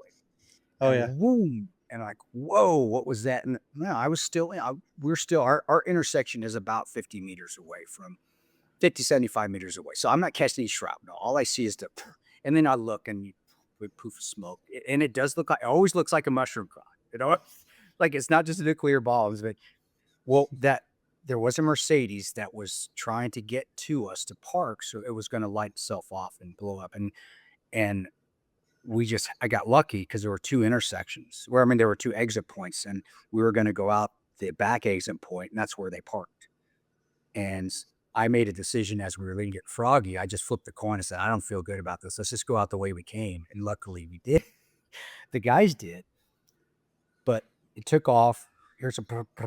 My advanced team was still there. My advanced team's going, IED, IED, IED. We're in it. I said, get the fuck out. I said, get going. A guy named Don Taylor, wonderful guy, SF guy, ODA guy, tremendous leader. He does his job. They punch it. I even have a video from it in the car where you see it go boom, and you see his whole car go. And he's like, fuck, IED, IED. And I said, go, go, go, go. And it takes off. Well, I'm still outside with the Army guys because we're still holding that intersection because I'm last man out. Hey, Sergeant Colonel Halmore, right? First one on, last one off. I'm the last one off. They take off. And I remember looking, and I'm checking. I go, is everybody clear? Because, you know, the Army guys are covering me. It's not a heavy gunfire. It's not tons of gunfire. It's just little pops. The main thing, they were trying to hit us with that Mercedes was the IED. And they were trying to hit us with that. I take off. We get back. And we're high-fiving because they're like, holy shit, dude, we got lucky. We did well. Everybody's home safe. It was beautiful. My little bird, as it lands, it picks itself up and it takes back off and it goes back that direction. I'm safe in the green zone. He picks up I see him from LZ Washington, where he's at. He picks up. Like, where the fuck is he going? Well, he goes back. He comes back. He went that direction back out to where that ID was. As he comes back, he walks out. I see him. I go to his office and I just wait for him because the little bird guys, the ass monkeys, had an office out at the LZ, and then they had an office at the embassy. It was the old embassy. And I walk in like, what the fuck, dude? Dude, who's in charge here? Now, this guy named Dan Laguna. He's a hell of a lot saltier than me. I'm a new guy, dude. I'm a young 2006. I've been through a lot. He's been through Panama. He's got Ranger Battalion. He was a night stalker. This motherfucker not going to take my shit. Right. But I walk in, I go, and first thing he looks at me, and he looks at me dead in the eye, pissed. I can tell he's angry. He goes, where the hell were you? I go, what do you mean? He goes, where'd you go? I said, everybody got out. We got them all out. We were here. He goes, why didn't you come back? I said, for what? He goes, the little girls. It's like, oh my God. And think about it. He's thinking, and this is what leaders do. This is what salty leaders do. They're thinking beyond the battlefield. He's thinking collateral. He's thinking, holy shit. He's thinking human. Not just us. He's thinking all humans. And that's what true warriors, to me, do. Yeah. And man, he chewed my ass. He's like, the little girl. I got back there, and there was an Army guy that got hit. He wasn't in our convoy. He just, our Army convoy was in the area that got hit. He picked up the Army guy. One little girl's. I go, did you get the little girls? He goes, well, one was this destruct. She was in half. She goes, I couldn't find. And the other one, he says, I couldn't put her in her because I had to take the soldier back. And you know those little birds, the little Magnum PI helicopters, little MA6s, they can't hold one. Wait, he's got 2 door gunners in there. He's got an Army soldier with his kit and his stuff. That's all. And he's got the 2 pilots up front. He said that the dad came over carrying his daughter, asking me to take her back, and I couldn't put her in. And that's when he says, why the fuck didn't you come back? It's like, man. And he dressed me up because don't ever. And he says, to me, I walked out as he said, don't ever, because I was so angry at myself. And that I really thought I knew a lot about combat, and I didn't know shit. And it took that failure to me to realize and start thinking outside of just Michi and the whole battle space. To me, again, it wasn't a huge drop down, drag out firefight, but to me, it was a huge mistake where I still will always live that. I could have saved. I know I could have. We would have. All I had to do was turn a Humvee around right there, and go back, and I could have just picked her up right there. I mean, it would have been right there with the Humvee, and we probably could have taken the soldier as well. Yeah. And I didn't. I made it, and I didn't because all I was thinking about was our guys, and that's selfish to me. And Yeah. so when Benghazi happened, Wow. I wasn't. My head was never mission. It was, who do we got to go help? And so again, the Lord puts us through hell, and He puts us through trials and tribulations and memories that will stick with us forever. But I know there was a reason for why He did that, and He did that so I would learn, 5 years later, that mission is not first. Fuck no. And Yeah. and it stuck me forever. And I wrote a little bit about that in the Patriots Creed. I wrote a second book because I admired Dan Laguna after that more than anything, and also always listen to your elders and respect your elders. But yeah, Yeah. it was hard for me, bro. I was hard, and it still bothers me. Oh, obviously, I think a lot of you can see it still bothers me Yeah. quite often. But it's war. You accept it. Yeah. I mean, honestly, on paper, you did your job.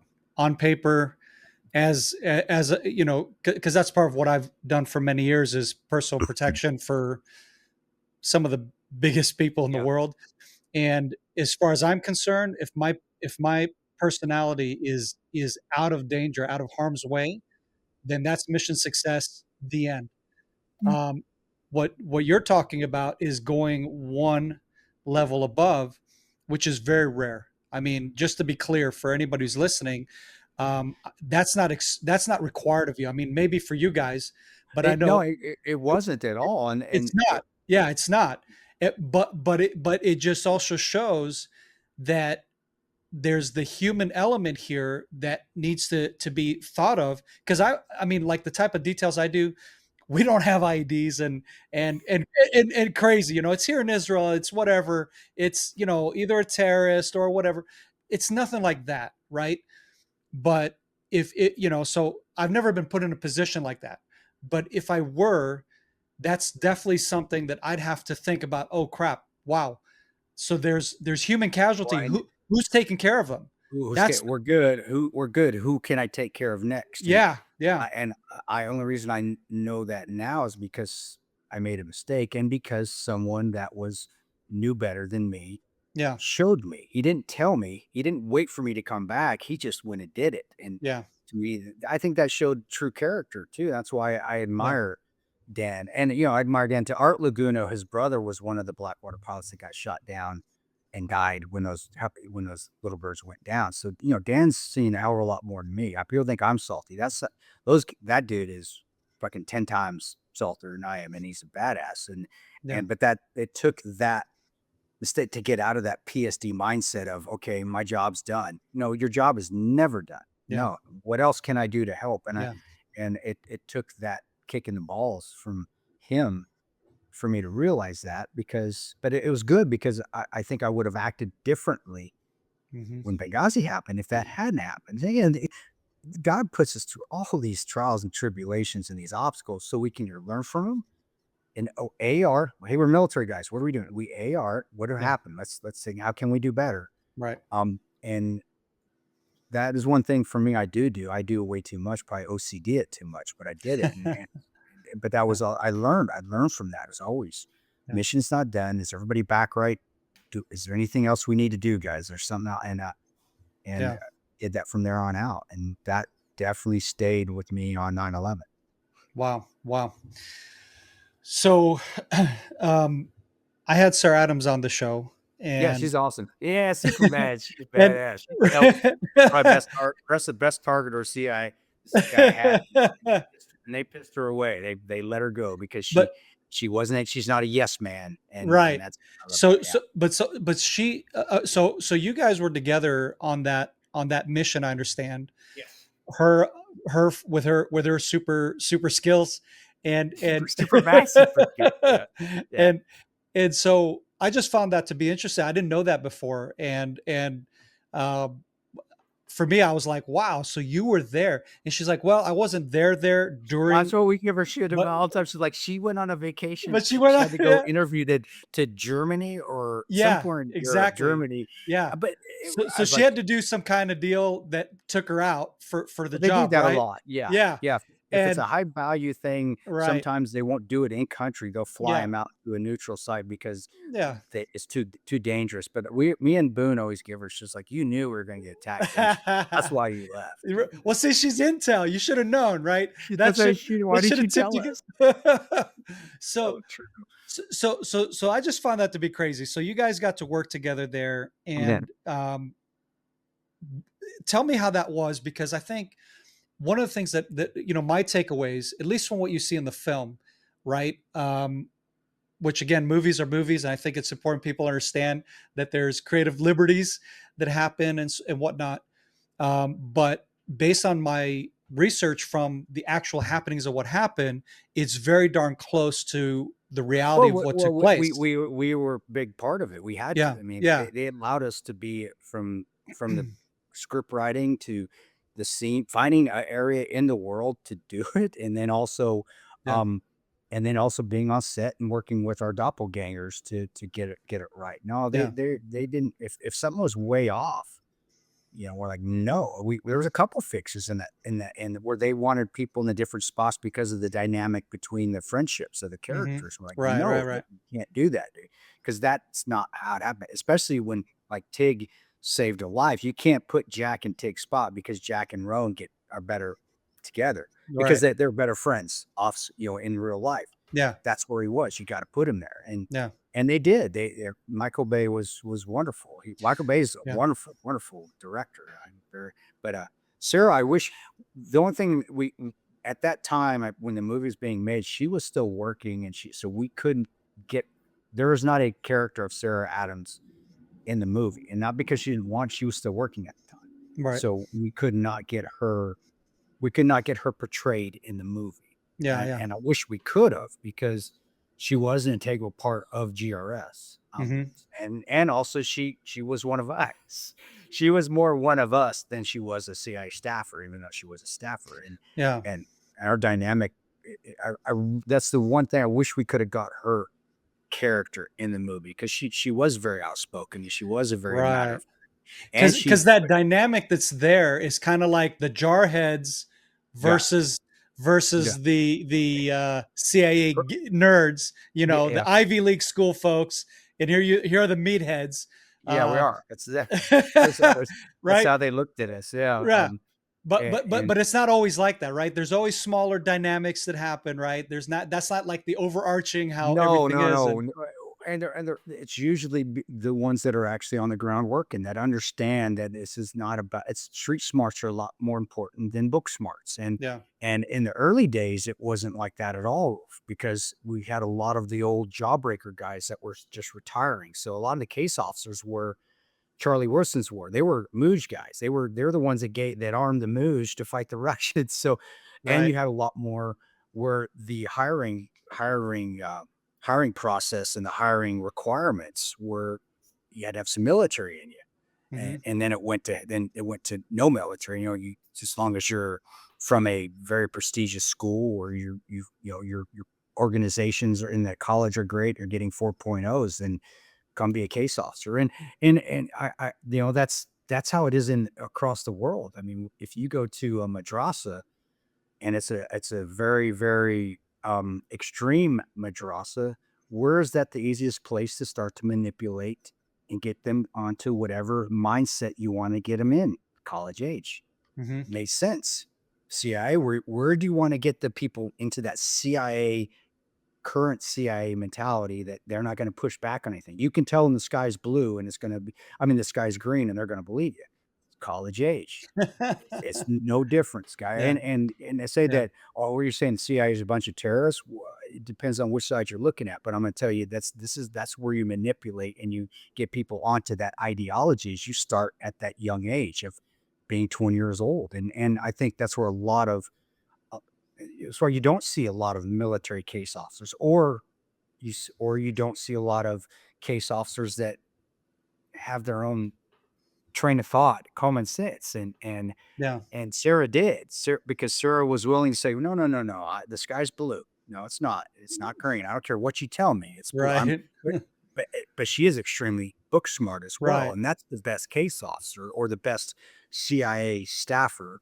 Um, and it's great for a targeter. And I think that's why, because she's a targeter. She's seeing she's finding the guys I say we, but direct action guys are going to go get. Yeah. Yeah. Um, in action, she sees the horrific things they do firsthand. So I think that made her more of a common sense, street smart individual. And she was willing to come out with us.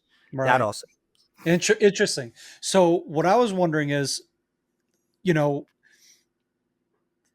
basically it seemed like there was a lack of intelligence for the attack that had come, but it kind of showed that like the guys working for your team, like they felt things were off. They felt things were not Yeah. right, and that something, and quite the contrary, like you guys were switched on, and it felt like everyone else was kind of like, it's going to be all right. They, So I do. I do. Yeah. so where did the intel come from? Like, if you get what I mean, Yeah. Yeah. like where, I how give you a does that? specific example. I Yeah. give you a great, Yeah. there was when we would drive in the city, we get the atmospherics of the city. Great. And Yeah. so we know things are starting to ramp up because there's more protests. You've seen the black Mujahideen flag that ISIS, okay, whatever you want. So the black and white flag that's iconic for terrorists, Yeah. and they're having their little rallies. And so they're always down by the ocean, by the port. And we know that's going on. And then, Sarah, actually, this is Sarah. She goes to me and Boone. She goes, these camps, there's more camps popping up. And camps, for those that have fought, know what those camps are. Those are terrorist camps that are popping up. Rafah Sahate, Ansar al-Sharia. ISIS wasn't really an ISIS at that time. There wasn't an ISIS. It was starting to form. Right. Right. We had, you had Al Qaeda was still trying to. Now that Gaddafi's gone, Al Qaeda is trying to come in because Gaddafi would hate terrorists. I mean, there were no terrorists in Libya when Gaddafi was in charge. Gaddafi was the right. You don't come in. You terrorists are not allowed in my country. I'm gonna cut your balls off. That's Gaddafi. Yeah. Well, he's gone, so now the terrorists are coming in. Well, she goes to us. She goes, "There's a camp. Here's this grid. Can you guys go sit on it? We're getting word there's foreign fighters in there." And Boone and I are like, "Sure." And when I'm all bearded out and for real, not white guy beard, where you look like you look like a white guy with a beard. Okay, you're maybe a Chechen, but that only works in Iraq. It doesn't really work. Sometimes somebody will be in Afghanistan, but we're out there. And we're sitting on a camp, and there's a camp there. We drive around it, local cars, nondescript. Not everybody out there wears the man jammies, so you can blend in. Just go buy a T-shirt off the park rack at the local park. Just buy a pair of pants. They have slacks just like everybody else, and out there, and we sit, and we sit on I say we're about 50 to 75 meters from the gate. Now, cars go and park on the sides of the roads there all the time. It's like we used to call them picnics. It's Haji picnics. They're going to have picnics and their family. So it's not odd to have cars parked on the side of the road because we don't have picnic or RV camps in Libya. They do. They'll park on the side of the road. They'll get off. They'll have a little picnic there. Then the family will get back in and drive. Well, it's outside of town. So it's on we call Fourth Ring Road. And there's picnics going on. There is one snap checkpoint that is usually not there. That was there that day. We just bypassed it, but we're like, that's kind of odd. They're usually not a checkpoint they just put up. The locals put up. It's not. There's no police. There's no military there. So it's not Libyan military because there's no Libyan military in Benghazi. It's like, okay, that's odd. Well, we bypass it because we know the alleys. We drive back around. We come back. We sit on that front gate, and there's this little opening that we can see through. And man, I no shit. And there's this guy walks by, and the hair on the back of my neck stood up. I looked at Boone, and I can tell his eyes went for, dude's Al Qaeda, no doubt. And by 10 years of doing it, we know. If I'm wrong, Boone knows. We know what Al Qaeda looks like. Like, holy shit. Fatih's got his BDU. He's got our U.S. Army BDUs on.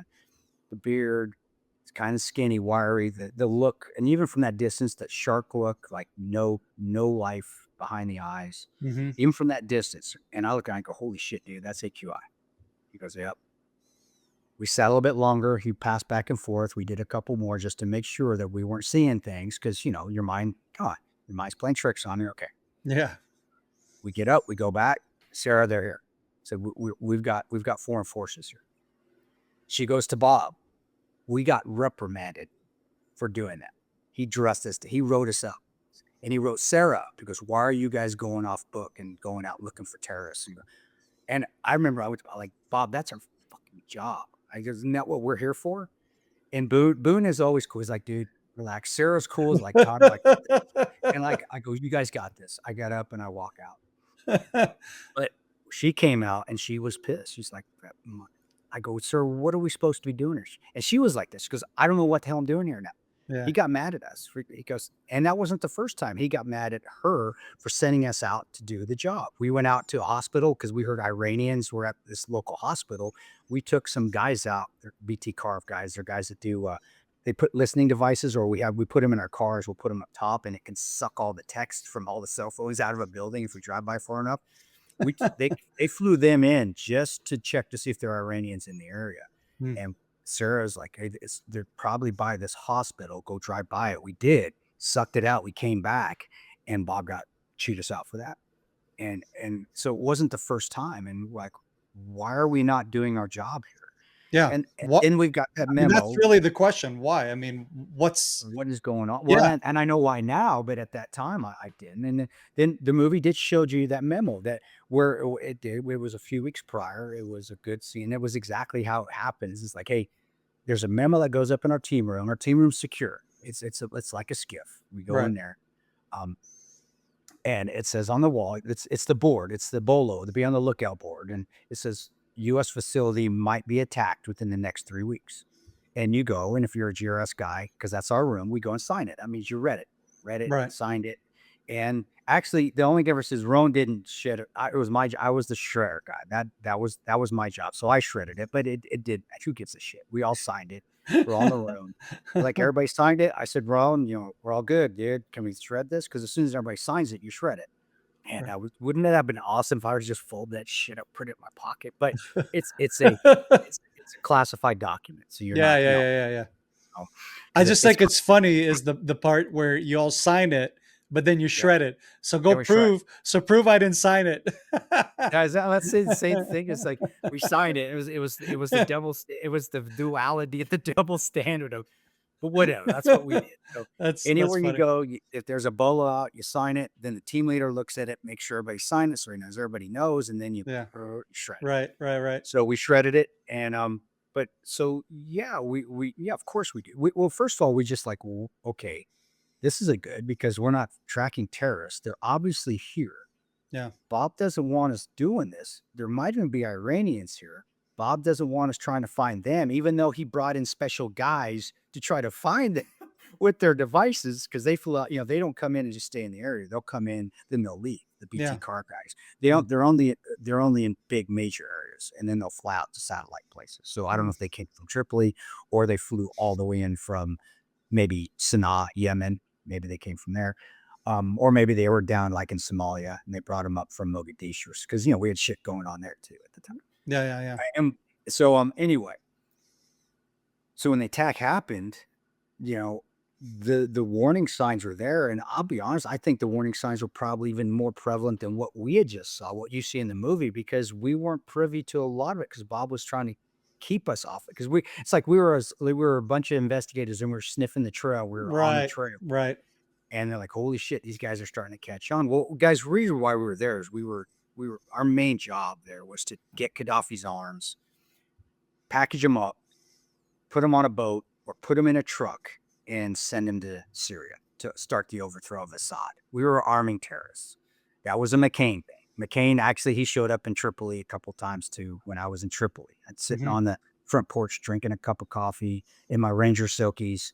Little McCain gets up with Ambassador Stevens. They come in to see our CIA chief. Our chief is stationed there in Tripoli. I'm a cool guy operator. I ain't getting up. What, you think I'm getting up to salute you or something? What's up, sir? Got a different who walks in, but it is John McCain. You're like, what the? And thinking Oh to myself, no. Oh why the no. hell is John McCain here? But he comes to Tripoli, and he's so we're arming terrorists, uh, and I really think that's probably that to me, and I don't know for sure. The only person who like Sarah knows better than me. She was because she's in the staff office. She's the one that's fighting those battles. Me and Boone are just doing what she asked us to do because we Right. trust her and we know she knows what the fuck she's doing. But she's the one in there fighting those battles. But from my looking in, we were collecting weapons all the time. We were actually, we would put them in the back. We'd go buy Hiluxes in town and we'd fill them up with weapons. And then we'd go and meet with a local militiaman. And Roan was always the big guy. Henry, our little interpreter, was always the interpreter. And then the rest of us would float and make sure that he, or I'd be sitting 4 or 5 tables down, drinking some chai, making sure nothing happened. Boone would have my back. Jack would have my, it's just layers of security. Right. And so we would, here's the keys, give them to that terrorist or militiaman, and friendly militiaman. And then he would drive it across the border and arm his guys, or he'd take him into Derna and he'd give them to the terrorists in Derna. We were arming ISIS, dude. I mean, that's the sense of the word. And that's who ended up overthrowing Syria in the end, right?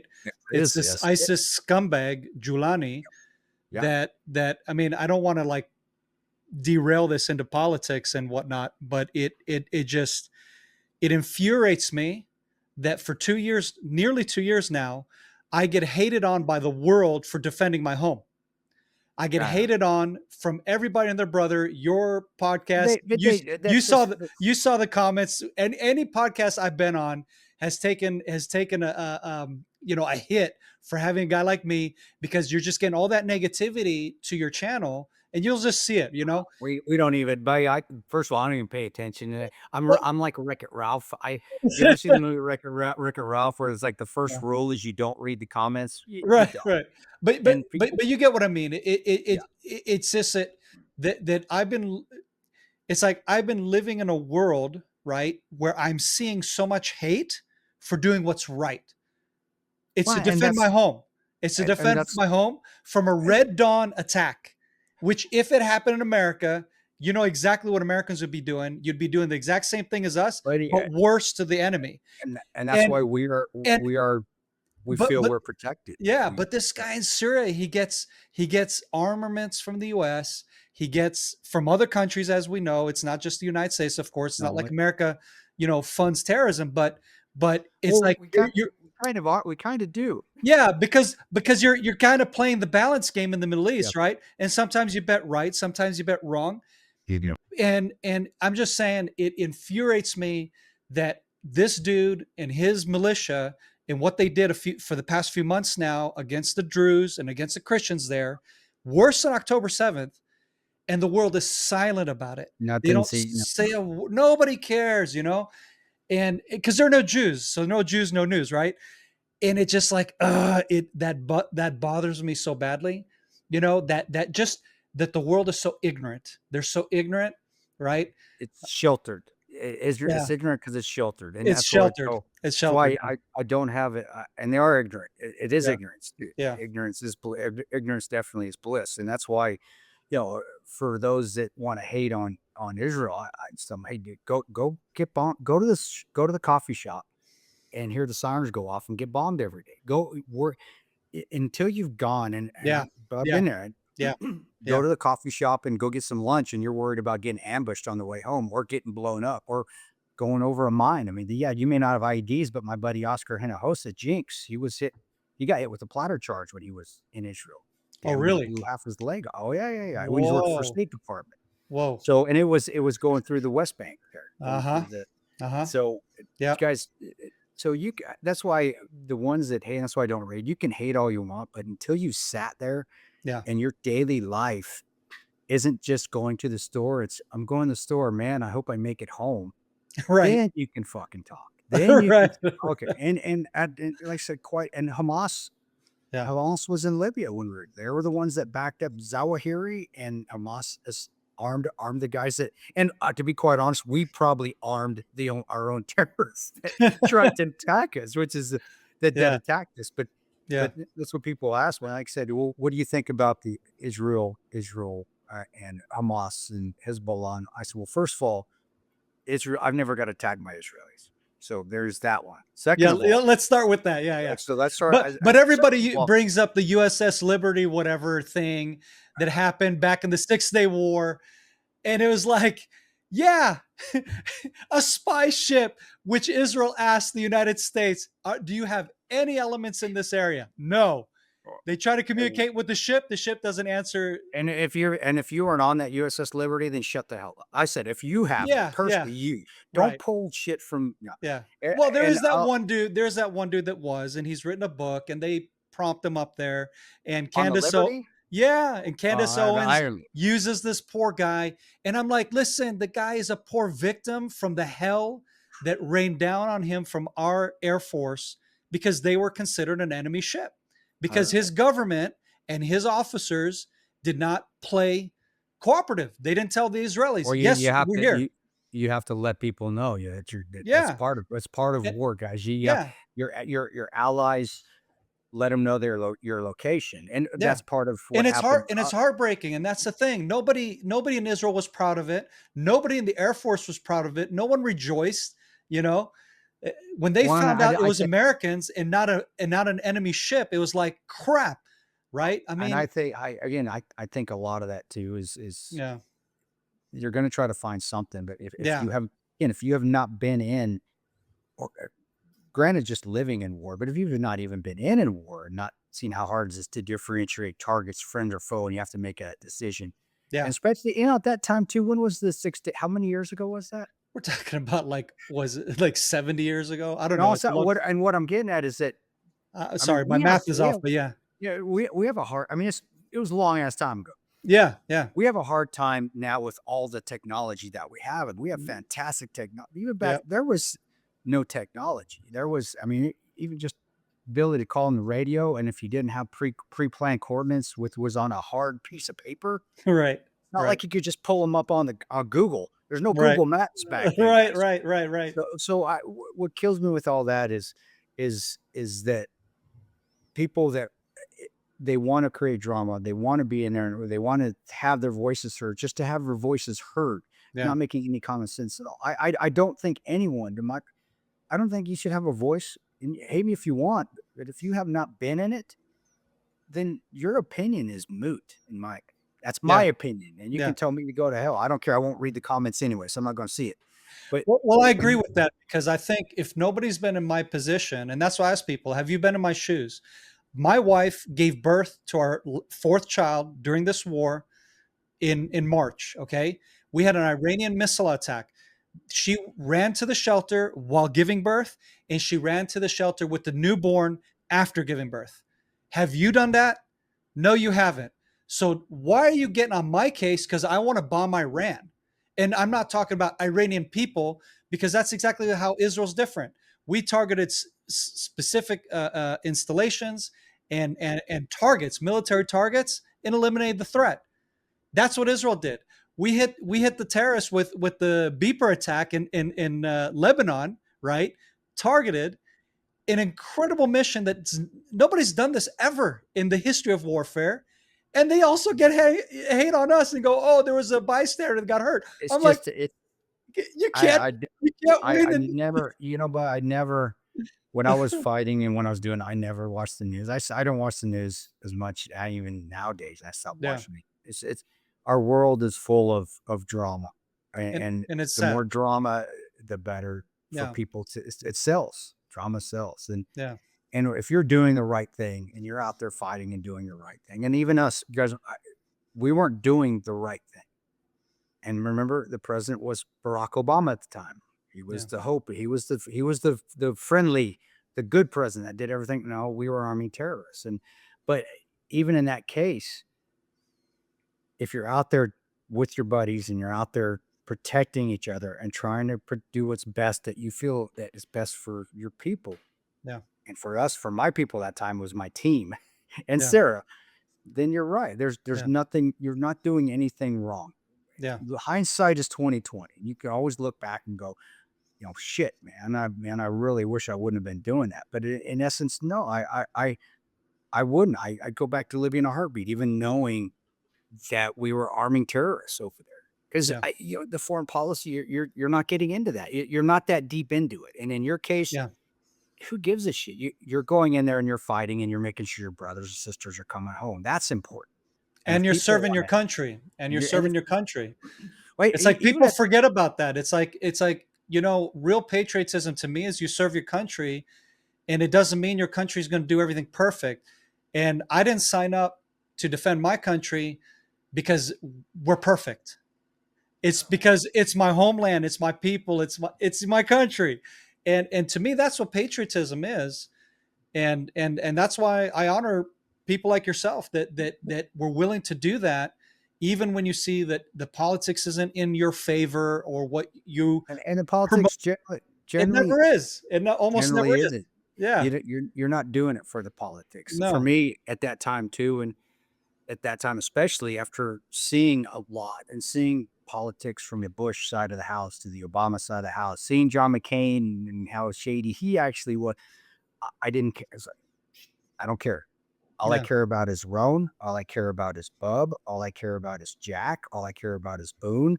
All I care about is these guys are trying to kill us. Guess what? We're going to do everything we can to take them out and kill them Yeah. because they're cutting heads off. They're burning. I mean, that time too. They were burning. They were burning hostages on the TV. I Yeah. mean, they put that on social media.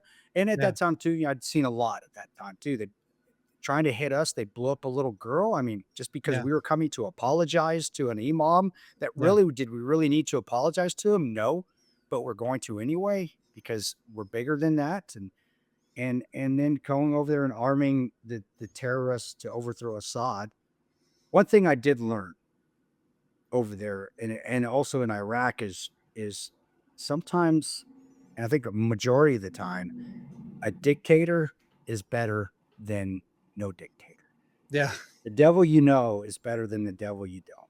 And Yeah. whenever we tried to overthrow and destabilize a country, this is what happened. I mean, we just went up. Syria is 10 times worse than it was under Assad. Is he a bad 100%. man? Yeah. Is he bad? Of course he's bad. But why does he have to be like that? Because if he's not, you have what you have. Because it's not America or Europe. It's not America or Europe. And even Europe. Be careful, guys. You guys are going out on a limb on there. Yeah. But even Libya. Libya was 100 times better with Gaddafi in charge than it is now. Now it's gone. Yeah. And that's why we did, and I don't want to, skim over what you're talking about with Israel and defending your homeland and because you're right. And to say though that we were doing that, were we defending, and that's my boy, he's upstairs probably yelling at us. I'm sorry, guys. No, it's good. But to say that we were doing it for America when we were in Libya at that time, no, I can't say that. I would say at that time, all of us for so many years, we're doing it because for each other. Mm-hmm. And I think many guys that you spend in long enough, you still love. Obviously, I love my country. Sure, I love greatest country. No offense, greatest country in the world. No, hands down. Still believe that I mean, come on, where can you go protest and be a total jackass and then still go get a Starbucks and go get a 5-star? Come on, Israel, and Israel, and that's why it's so hilarious when I see these morons protesting that Israel's a dictatorship. I'm like, do you know how many protests I've witnessed where I'm like, why doesn't the police just clean these morons off the street? Because this is not law and order. This is chaos, because they have the freedom to do it. Just like you said. The freedom to do it. And that's same here. Yeah. But I said when that night happened, it was no, we were all salty at that. We'd seen somewhat behind the curtain. We none of us, we cared. Obama we knew was awful because none of you guys could see the stuff he was doing, the drone strikes, killing Americans, that Yemenis, that they weren't Yemenis, they were American citizens that were maybe fighting with the Houthi, but these or overseas drone striking the hell out of everybody out there because it was the quiet way to do it. And then also his own Fast and Furious. We were arming terrorists is what we're doing. That was Obama's foreign policy because he wanted the Muslim Brotherhood to take over that whole region. Well, we all know now who the Muslim Brotherhood represents, right? Right. Hamas. Right. So, and that's the irony of it all is that we got attacked by remnants of Hamas, Al Qaeda in the Maghreb, and Ansar Sharia, which all of them Ansar Sharia later became ISIS. So I don't know how much you want me to go into it, bud, but you tell me. You want? Oh, I know. I actually here we go. Here's a Hamas flag from Gaza, and guess who's at the top of it? Muslim Brotherhood. That's it. And that was a Right. Valerie Jarrett Obama and thing. and here's the Hamas, the right on the other side. So yeah, the green Hamas flag, terrorist flag. It's silly. So when Yeah, you get over there, you're yeah. doing it, and we're there. It's really is for each other more than anything. So so basically, target was the ambassador, and the He target was. what. Yeah, and then the target was to basically humiliate the Americans. I even think it went bigger than that. I really do. I think it was a humiliation 9/11 payback. You know, Right. the person Plus, making plus statement it being on 9/11 as on a 9/11. yeah, And I really do believe, and this is what, because they could have killed them right off the bat. I mean, right, they were undermanned. They stormed it. There was no protests. Believe me, we could have heard it. There were no protests. There were no big riots going on. It was quiet, and all of a sudden, just went off. They did a good job. I respect terrorists and their ability to utilize. She use the term shock and awe, but yeah, yeah, utilize surprise, and because of their ability to blend, their yeah, tremendous ability to blend in yeah. their local areas. But I do remember that, and I remember we were watching a movie. Me and Boone were watching movies. We were going to go home. In fact, again, God, God had us there for a reason, because both of us had extended. We were supposed to go home, and Roan as well, 2 weeks earlier, because that was our rotation. And when we found Ambassador Stevens was coming in, we volunteered to stay. Mm. But you hear the radio call, which was very nonchalant first. It was from our team leader. He said, "Juris needs you in the team room." And then, Boone looks at me. He's like, he's pissed because he thinks I got us in trouble because I was picking on a case officer again. so, Then so is that true? Is that true? The scene that we see there with the flashlights, where you're acting like a silly dude, and Boone I is was just like, scared. and Boone He is made just like, I'll shoot you. he does, because he'd been seen it. He's like, "I'm tired of your shit, dude." He'd been with me forever. So But it's one of those kind of things that was going through his yeah, head. Huh? it was a great relationship. It's like, dude, can you please stop? Please stop. It was funny the first time 10 years ago. It's not funny anymore. But I would do that sort of stuff because I parodied the tough, because the new guys coming in are, oh, I was a Navy SEAL. So, Right. man, I'm coming from Green. Yeah, Okay, there's your locker. So I would parody. I was a jackass, but that's my personality also. right. It's to make fun of. That's a Yeah. Ranger personality, to be honest. That's what Rangers. But also it was the parody, the tough guys. It was stop. And also all the CI case officers were very insecure because they have no military. They're coming from the farm. They're coming from college to the farm. Now they're coming over. They're all Jason Bournes. They're not. So Jason Bourne. it was me to parody. I mean, as you can't listen to Five Finger Death Punch and Slipknot all the time. I got to throw in Ricky Martin and LAMFO every once in a while to lighten up the mood. But it also was to lighten the mood up. So Right. I love it. yeah, so that's why when Boone, that's why we got the call. We didn't. They thought I'd done something to piss them off again. I'll be quiet. I had this. You don't have the movie. I don't talk about it too much, but one of the movies at the time that we loved watching was Tropic Thunder. That's why Oh we put it yeah. Oh in yeah. 13 hours. That's why we have it at the beginning with Robert Downey, because Yeah. we would watch that. That was great. We watched it all the time. Well, Yeah.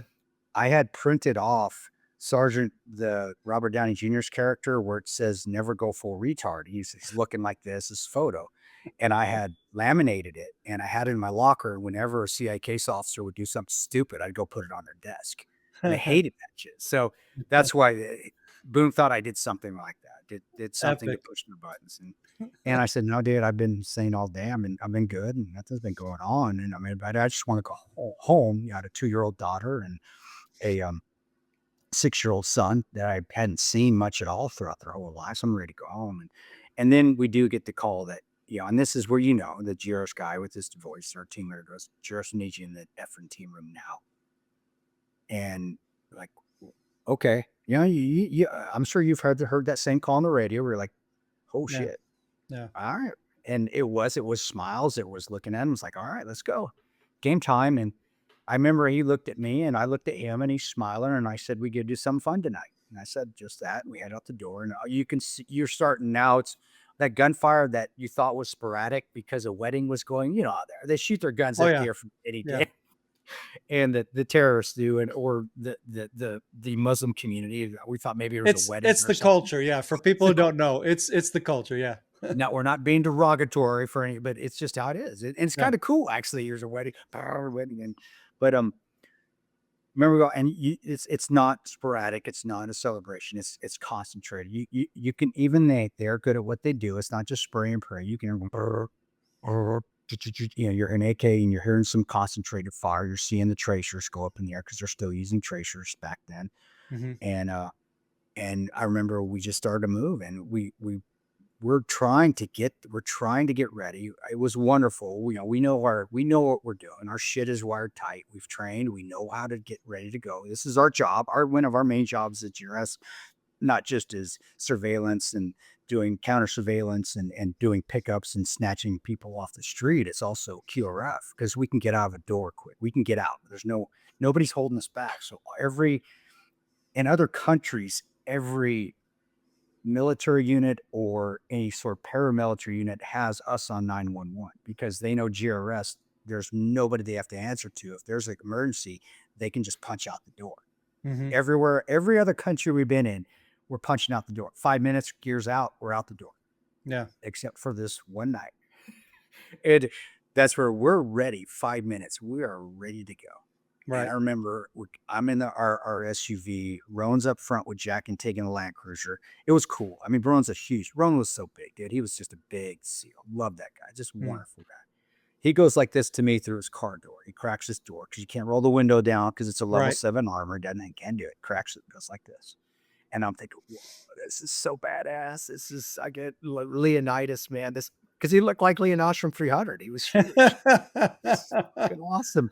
Um, and um, and I remembered as he did that, and this is after we've waited 30 minutes. We're fighting with Bob for 30 30, minutes. 30 Oh minutes we my were waiting. lord. And you know how that. I mean, 30 Yeah, minutes. I would So die. I would die. so it is, but we're trying to stay calm. We're war gaming and what ifing in our heads. We're going through different scenarios to stay calm. That's how you do Yeah, it. right. There's no sense getting angry because that does nothing up here, and you got to keep your head clear. And that's something you learn as special operations community. That's what the vetting process is. The vetting isn't always physical. The vetting is also mental. Can you handle the mental and emotional strain and trauma that may go on? Can you fight through it? Because the mission may not be over yet. And so Mhm. we're all doing that. And I've experience helped too because we're all older. All of us are in our 40s at that time. I think Tig was our youngest. He was 39 at the Mm. time. So we're all old. We're pretty old hats, in military years. We're all military ages. But I remember when he did that, we started to head out the gate. I remember as we're heading out the gate, I knew we'd forgot something because I've been through this before. And I'm like, man, we need our interpreter. We need Henry. We call him all in the movie. Um, the dude, Dorn, I tell you what, that he was the most adorable little. He didn't look like the guy in the movie. The guy in the movie, I mean, the mannerisms are good. The jitteriness, the being scared because he was, but he was older. I think Ho he was holding right. the gun, pointing it at Yes, your no, back and that kind of his finger on the stuff. trigger. And that's this is what's funny is that I wish we could have got it better in the movie, but the book had it great. But we did what we could. Yeah. Yeah, we stopped the cars. I have faith I'm gonna find him. I get out of my vehicle. I can't raise him on our radio because he doesn't have his icon with him. And as I get out of the car, he's walking right in front of me. And you think that's not a blessing. That definitely is a blessing, Oh, yeah. Faith is a powerful, powerful asset in combat. It really is. Yeah. And he's walking right there, and I say, "We need you." And we banter a little bit because he's shitting his pants. He doesn't want to go. He's not a combat Terp. There are combat Right. Terps. You've worked with them. Yeah. Those guys they're right there. He is a linguist, Yeah. 60-year-old linguist, bald hair. He's got glasses for real life glasses. Just cutest, adorable little. Look like if you ever in America you've watched the movie, the cartoon Droopy the dog. He looks like Droopy from the Tom and Jerry cartoons. So I remember I said, "Hey, do we need you?" And he goes, "Tom, I'm not a combat Terp. I'm not weapons qualified." And I had a Glock 19 on my hip. I handed it to him. I said, "You are now. Go get your stuff." We changed the verbiage a little bit in the movie, but it still resonates. It's like, Right. cause I don't know, I don't know why we did. I was like, they wanted to, like, not big. Yeah. He runs back into building C. As he's coming out, you're right. His finger, he's not weapons qualified. His finger's in the trigger well. He's just running like this. He's got Oh armor, God. Oh and God. he's flagging the crap out of me. But it was awesome. I'm smiling, going, because the helmet's huge. I swear that thing was so big it could have been on backwards. I couldn't even know. And he doesn't have the cool Gucci form Right. fitting that we have. He's Right. got a flak jacket on. It's too big, and he looks, I always say, and I say during my speaking events too, he looked like a turtle. He did. He looked like a little turtle coming at me. But you know what? That was bravery to me. Oh yeah. Oh yeah. You see bravery, we see bravery within units. But what true bravery is, we have to be brave. And we're also trained to be that way. And Yeah. it is something inside that you have to. It is. Yeah. But to me, the true bravery is someone that maybe doesn't have that inside, doesn't have the training, doesn't have the physical capabilities, and still does it anyway. Exactly. And Exactly. that to me was so motivating. It was like, whoa, dude, you are the bravest of all of us here. And that's all I could think of as I'm trying to dodge the muzzle as he's running. But it was one of those things that gets the morale up, and it was like, wow. And we got in the vehicles, and he got in there. I did take his finger. I remember I sat him behind, because the only spot was behind me. I'm driving. I put him in there. I take his finger off the trigger wheel. I said, rest your finger right here on right below the slide. Do not put it in there unless you need to shoot, and point it towards the floorboard. And he's like, okay, Mr. Tom, I got you. I got you. And I'm just admiring. It's like a kid. It's like your 5-year-old kid that Right. you're trying to, to keep calm, and to admire that what they're doing, because this is the first time ever for him, and he's there, and he's willing. Well, we Crazy. had down there, and yeah, it was crazy, and we got down. The movie did a good job showing that firefight at the wall, and also trying to figure who friendly or foe is. When we got down there, there was it wasn't as quiet as the movie showed. It was actually, there was fighting already going on. So when Hmm. we got down there, there was some quiet over on the side where a commander was talking, and that's where we told Henry, Amal, we said, dude, go figure this out. Go talk to this guy, figure out what's going on. But down about 20 meters, not even that much, I'd say 15 meters away, there is a local fighter. He's got a baklava on, it's over his eyes. He's not Middle Eastern. He's African. He's Mm. darker. He's Right. got a PAM, and he's leaning across. There's a big T wall like this. We're on this side of it. The consulate's down here. He's on this side. And he's going, typical fighters, man. Typical Haji fighters, or skinny fighters too. Is he's not aiming. He's just get that PKM, and he goes, and he comes back. He was just spraying down. So he's not shooting at us. So we're like, Mhm. okay, this guy got to be friendly, right? He's not shooting You at us. gotta be friendly. Gotta be. And as we get down there, we get closer, he sees us. And that's when he gets into the prone. He's like, it's like, oh shit, the Americans are here. I got some backup. Mhm. And we just start moving into position. And Henry gets it figured out. They say 17 Feb, but 17 Feb did make a difference to us. Some of them were What friendly, some of what them were. yeah, what is that? 17 Feb. What does that mean? They were the main militia that when Gaddafi got taken out on 17 Feb, they were the ones that were the main ones that grabbed him and took him out. They were supposed to be Oh, our main asset militia. They were supposed to be like the Kandahar security force was got for it. us, Got that it. were really on our side, but they were, you pay whoever, they were a criminal organization. I Whoever's get it. paying them enough, and they'll get it for, because the guy that part of the guy they brought over here that Obama claimed was the mastermind a few years back. I forget his damn name. He was a low level guy. He was part of the attack in the consulate. He was a low level guy on Feb 17. So they just paid him enough and he's the one that helped him get inside. Yeah. But he wasn't the mastermind of the attack. I forget his name. But Sure. it Sure. anyway, He just got paid to open the gate, basically. that's what he did. Yeah. Um, but they're not shooting us, so I don't care. So we get in, and we just start shooting back, and it is, you're hearing the cracks go by your head because the high velocity rounds are breaking the sound barriers. You're hearing them hit the block walls behind you, which to me sounds, if you're close enough, sounds like a slap because they're going so fast. Oh And yeah. So you're hearing the crack, crack, crack, crack, slap, slap, and literally you're in heaven. I was like, what else you want? I'm not scared. I'm like, dude, this is where we get it. And you're seeing a team of guys that are same as me. We're not all doomed like this, but you can just tell we're happy Yeah. because everybody is just going to their spots. Everybody knows what to do. Small unit tactics. I don't care if you're SEAL, infantry, IDF, SAS. It's the same across the board. Small unit tactics are small unit tactics, and Yep. we're all getting there in the urban environment and starting to fire back. We got a couple Libyans, like the guy at the PKM that's right there helping us as well. Tig has our 203 grenade launcher. He just cracks the breech, puts a high explosive dual purpose round, that golden egg in there, and he starts just thump and starts taking out because there was a heavy weapon system down there that he was taking out because you could hear the ch and the bigger flakes coming off the bark walls, the foot with bigger. And that's when Boone, and off in the distance you can see it. There's about 4-story building off in the distance. It's probably about from where we're looking 300 meters away. And this when Boone says, Tanto, let's get high. And it's like, Roger that. And I remember I ran back to the car. I got my Mark 46, which was our heavy weapon system for us. A Mark 46 is just a mini saw. It's a parasol, really. Mm-hmm. It's just a little bit more advanced than the old parasaws that we had before. It's like went from saw, parasol, Mark 46. There's a Mark 48. There may even be, I think, SIG. SIG has something that's going to replace it that the Army's trying out right now. But Mm-hmm. had a 46. I grabbed my M4 and I was wearing shorts on. A lot of people ask, hey, were you really wearing shorts that night? Yeah, I was. That's what I had. I mean, to me, also at that time too, it's hot. I'd never, so I'm going to skin up my shins.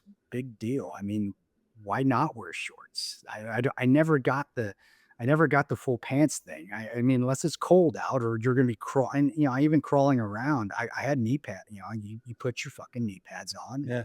you're good. But yeah, I had shorts on. I had a Mickey Mouse shirt on. We just couldn't put the Mickey Mouse shirt in the Oh, movie. that's epic. So I know. you And yeah. So Disney was starting to get super woke at that time. So yeah, no having no Mickey Mouse shirts in the war movie. But I argued with Michael Bay about that for a long time. We were on the set in Malta. I'm like, hey, come on, why? He's like, well, because they'll get sued. You can't. Right, It's right. Disney. And I remember telling him, I said, it was funny. I knew it was a joke. It wasn't going to happen, but I was like thinking apple pie, hot dogs. What's more America than Mickey Mouse shooting terrorists? I said, Michael, Exactly. I'm more Exactly. America. And of course, I said it all redneck way. I didn't say America. I said America. That's America. Obviously, he started laughing. Be like, no, Tono, it's not going to happen. All right. So Epic. we jumped walls and we ended up, fighting our way there to this building. And the movie did a great job showing that. It showed us climbing over walls. We did grab 2 young kids. It was awesome. They came out of nowhere. Again, that's how lucky we could have got, how lucky we were. I mean, we're trying to see the whole battlefield, but in urban environments, it's 6 guys. We're in a firefight. You Yeah. can't see everything, and it's No. nighttime. You can't see everything. And you don't have a drone ahead helping you or anything like that, giving you Not overwatch? We did. We just didn't know it was there. It wasn't Oh, communicated. really? But you didn't have communication with it. Yeah, yeah. Not yet. Because we didn't know it had started to get it had started to come into the area. It Yeah. wasn't directly overhead at that time.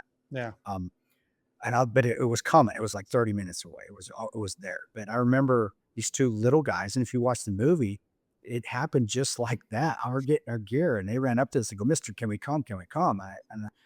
I didn't know what good militias we had aside from 17 Feb, which I knew were, but they were the closest to friendly militias that we could consider friends. And I looked and I go, 17 Feb? He goes, yes, mister. Yes, yes. I said, oh, come on, man.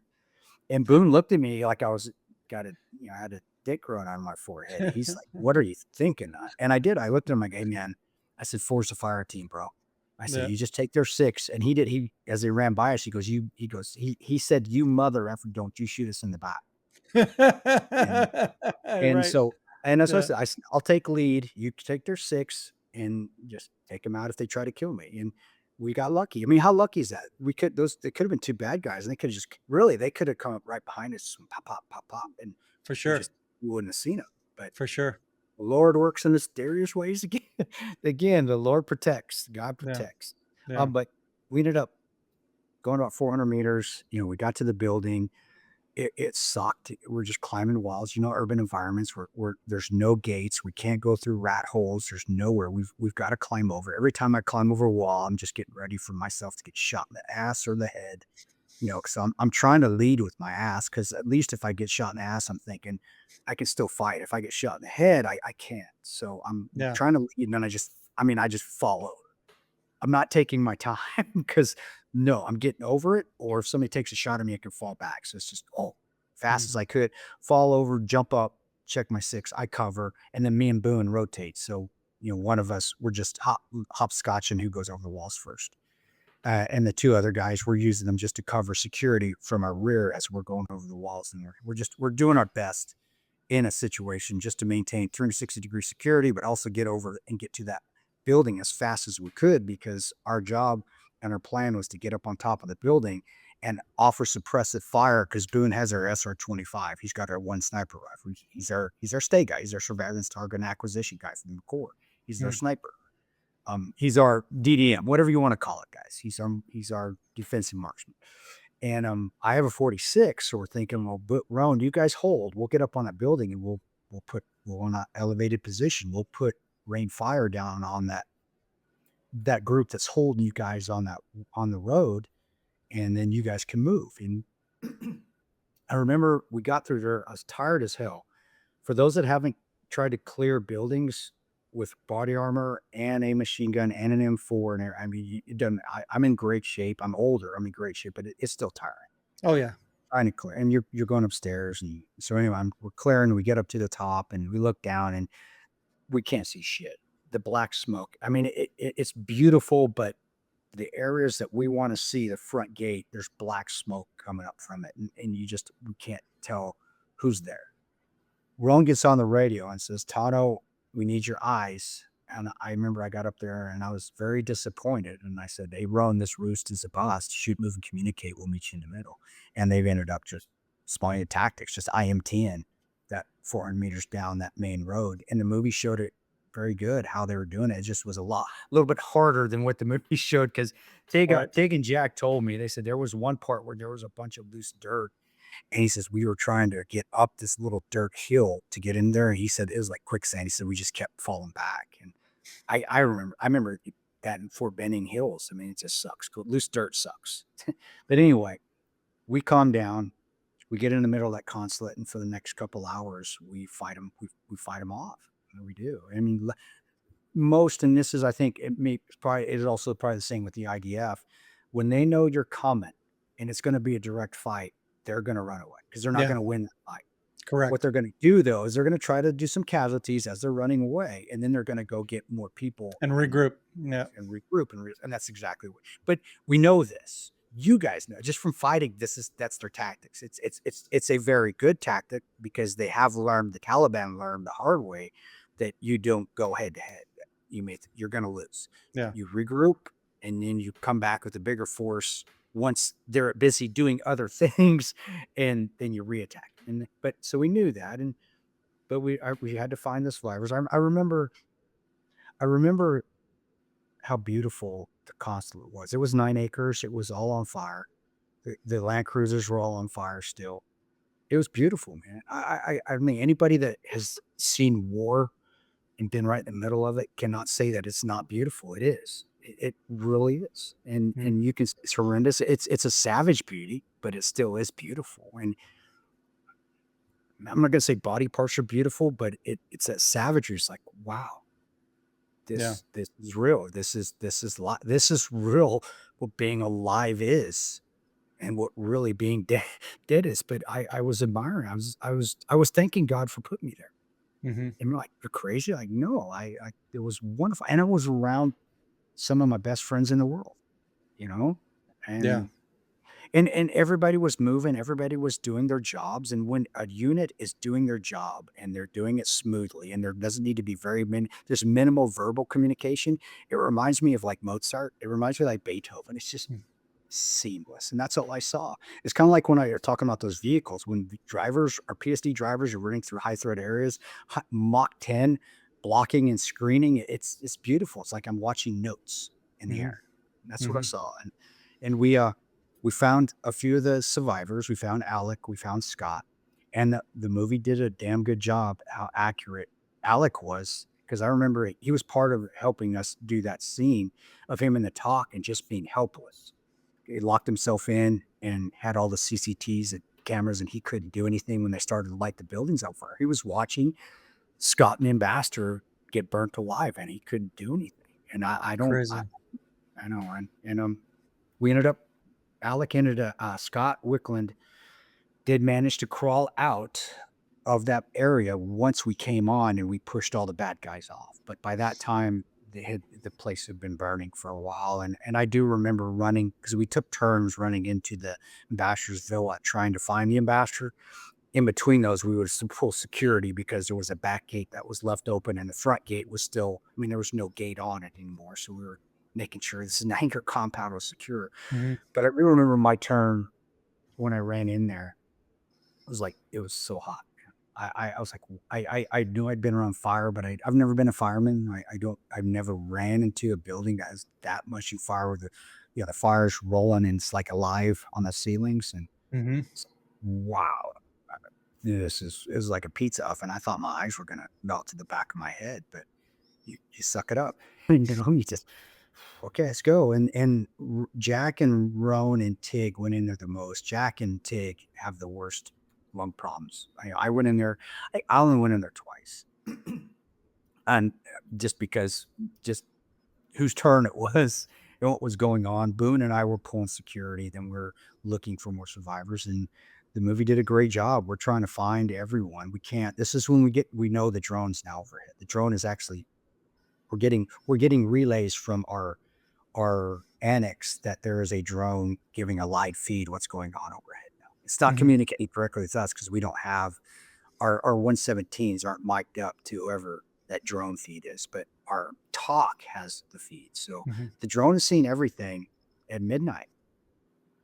Obama and all, they saw everything going on at midnight. The whole world saw it. Every place that had that drone feed, that's CENTCOM, SOCOM, Eurocom, all of them had that feed, and Mm. they all those guys started to get spun up, all those units, and you'll see that in the movie. That wasn't bullshit, guys. Yeah. 555th Fighter Wing was getting spun up.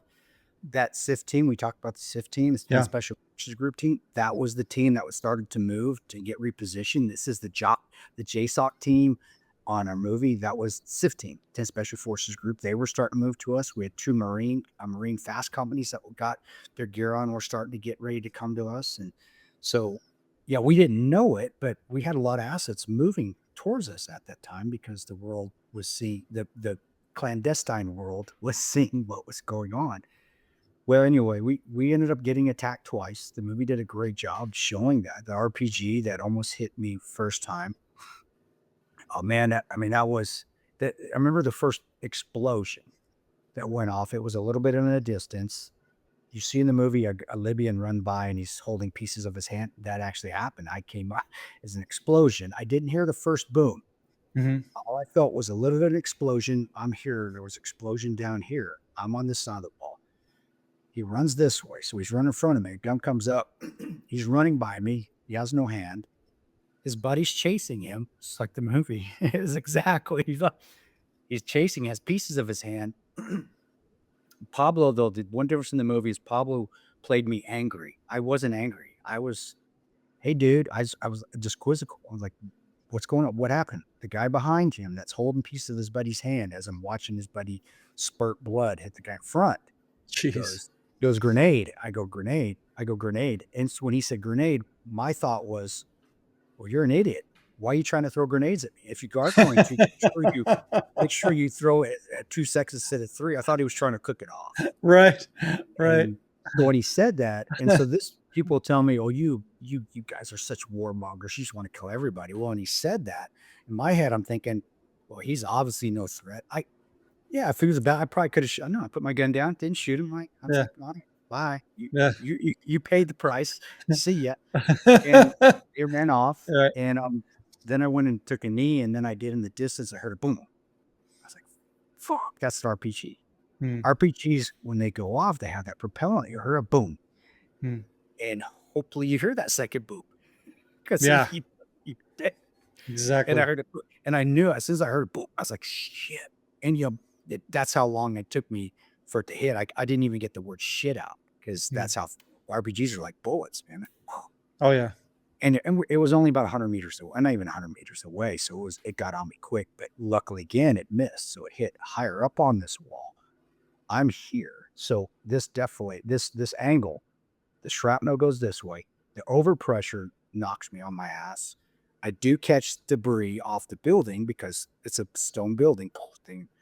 The movie did a great job showing that. The only difference the movie did that I didn't have that wall to get back up on. It knocked me in the middle of a road that ran right in the middle of the consulate. And all I did was I just took it in. I just started shooting because they were trying to come through that back gate that Libyan douchebag, bad guy commander left open. And I Wow. remember shooting, and I remember that there was no cover. I remembered Ranger Battalion. I remember what they taught us when you're a new Ranger, and they teach you all about Panama and Just Cause, and they teach you the airfield. Mhm. They hammer that in your head. When they jumped into Rio Hato, there was no cover. They were getting shot at by the Panamanian Defense Forces, and what did the Rangers do? Their defense was to shoot back. That was their cover. Mhm. They hammer that Indian Ranger Battalion. Like, you may not have cover. This thing you're holding is your cover, and that's all Right. I'm thinking. That's right. I'm just shooting back, and you know what? I did. I've never felt the hand of God before that. I've never felt it after that. And I spent a little bit, about 6 months in Yemen after Libya. But I did that moment. I did. I felt the hand of God. Just go. I got you. You feel. I felt like a golden egg was put on the top of me, and it's Mhm. like God feeling pity for me because I'm an idiot that won't go find cover. But it's like, you're an idiot, but I got you. And call cocoon, and then my right eardrum. I remember my right eardrum blowing out because Mm. some started shooting AK right next to my ear, and I look, and this little Libyan came out of nowhere, and he took a knee right next to me. It was awesome. Mm. And I'm thinking to myself is, okay, God's got me, and he just gave me a little Libyan angel, and he put him right next to me. I never saw that guy again, and we shot together. Then Boone came and took a knee next to me, and we just all started shooting. And then eventually, Boone's looking at me, going, "You idiot!" And, he knows that we need to take cover. So we start moving back and peeling, and we start to take cover. And then, long story short, I mean, you watched the movie, we fought them off. Take Yeah. started lobbing 203s at them and started taking them out. We crushed them. And then we had to make a decision, and we made a decision to leave. And the drone is overhead telling us now we're getting relays, periodic relays through our talk at the annex that was manned by an old Vietnam veteran. We didn't put him in the movie, but he was an old Vietnam vet radio operator. He was like our RTO, but he was sitting in the talk, manning the big 10 Alpha Common, so 117 that was in the talk. And he's like, Mm. "Hey, you guys need to get back. They're massing. The drone is seeing massing movement around our annex. If you don't get back, we're gonna get overrun." And Ro made the call, and it's like, "Hey, we gotta go." And it's hard for me to remember and talk about that because we left the ambassador. Mhm. In all of our forces, you leave no man behind. Part of Right. the fifth stanza of the Ranger Creed is you never leave a fallen comrade to fall in the hands of the enemy. And we did. Now, we thought we couldn't find him, and we tried. It doesn't matter. We still left him, and they found him alive when the fighting moved back to our place and it cleared out. A fire died down. A few of the locals came and found him alive and pulled him out, but he died on the way to the hospital of smoke inhalation. Mm. So it bothers me to this day. I remember sitting. I remember sitting and being and testifying in the first Benghazi Select Committee, not Trey Gaudis, but Mike Rogers. And I remember this 20-year-old aide for Adam Schiff grilling me about that motherfucking kids. I remember sitting in the White House downstairs. This is of course, this is after we started to talk. Yeah. And we're sitting down there, and he asked me, he goes, "Hey, so you really think that you would have saved the ambassador and Sean Smith?" And yes, we would. And I'm not calling him sir. He's a 20-year-old punk kid that has a lot of big deal. You just went through the whatever. And he goes, "So you're telling me if you would have disobeyed orders, which you did, if you would have disobeyed him earlier, you would have saved him?" I said, "Yeah, we would have." So he said, "You did disobey orders." That's what he's trying to get at me. I said, Right. "Hell yeah, we did." "Yeah, we did." He goes, "So you know that you disobeyed orders. and that you know that you would have died going and saved you going down there, but you would have saved him anyway. Why would you still have done it? I just looked at him, I'm like, because we go save Americans. That's what we do. So my life is not as important as his. My job and our job is to go get them. If I sacrifice my life for his, I've done my job. I know you can't understand that, but that is the truth. And yes, I did disobey orders. And that's Mhm. what bothered me, because that's the thinking that's going on with people that are watching this drone and watching this feed, and us on the ground making those decisions that we have to leave somebody behind to go save 20, to go protect 24 more people. Right. And politicians don't get that. They don't understand that that will that mindset is about us, and us being as a team, and not being about us sacrificing it. I mean, us being about self-preservation, but us having to make that decision that we may have to leave someone, even though we don't want to, because 24 more people might die. And they take it so nonchalantly because they're never in those situations. And that's war. And that has always stuck with me, and it's bothered the hell out of me, because we left someone behind. And Yeah. then some little punk kid tried to reprimand me for it because he doesn't understand what selfless service is. But anyway, Yeah. we got back to the annex, and we ended up we ended up getting on the rooftops. The movie did a great job again showing that. We got up there and they were starting to move on us through an area we call Zombie Land. And it was pretty, it looked like Zombie Land. At that time, The Walking Dead was a becoming a huge show. And that's what that area that they were coming through looked like, a scene from The Walking Dead. So we called it Zombie Land. And as they're moving on us. And I know you've had night vision where you're up on a high site. That's right. I'm up on top of the roof. I've got a parapet wall. My Mark 46 is pointing down. I've got an M4 there as well. And I'm just watching these terrorists try to move on us, thinking they're being stealthy through my night vision. And it's comical. Right. It's like I see you're an idiot. And I got my app peel out. I turned my IR laser on. And I wanted to see if they had night vision capability, Right. and I guys, get your night vision on. I'm gonna start lasing targets. Let's see if they react to it. And also, I want to make sure all our fields of fire are on the same page, because we're all different fields of fire. We got to stay in. And I said, "Do you see that guy?" And Oz and Tig, Roger up. I got it. Boone's right next to me, so he's just saying, "Yeah, I see it." I go, "Do you see that guy?" "Yeah, I got it." "Do you see that guy?" And we're all on the same page. And they're not making any adjustments. So as my laser is going right to left, I'm watching the bad guys. I'm watching the terrorists, Ansar Shuri and Al Qaeda and the Maghreb. I'm watching to see if they, they start to run away, because they're like, holy shit, they're going to be able to get us. Because Mhm. if they have night vision, they'll be able to see my laser at them. So they're either going to start shooting at us or they're going to run away. They did Exactly. nothing. They kept running. They kept running, or they would hide and they would stop. They did. So I'm thinking to myself, man, this is like kids playing hide and seek. This is too easy. I'm laughing. And because in my head, I'm thinking, I don't know why you're running from point to point, because you're just going to die tired.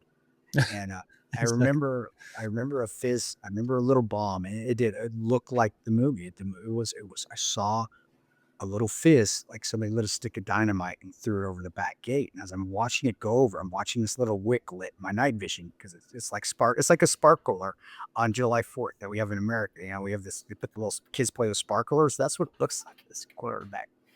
And it gets over the back gate, and I remember it landed, and I remember thinking to myself as I watched it, okay, it's going to miss Oz and Tig, because they were trying to hit Oz and Tig's position with it, but it went over their heads. So first of all, briefly, I'm going, okay, they're safe, but Tig had got out into his position to go get water.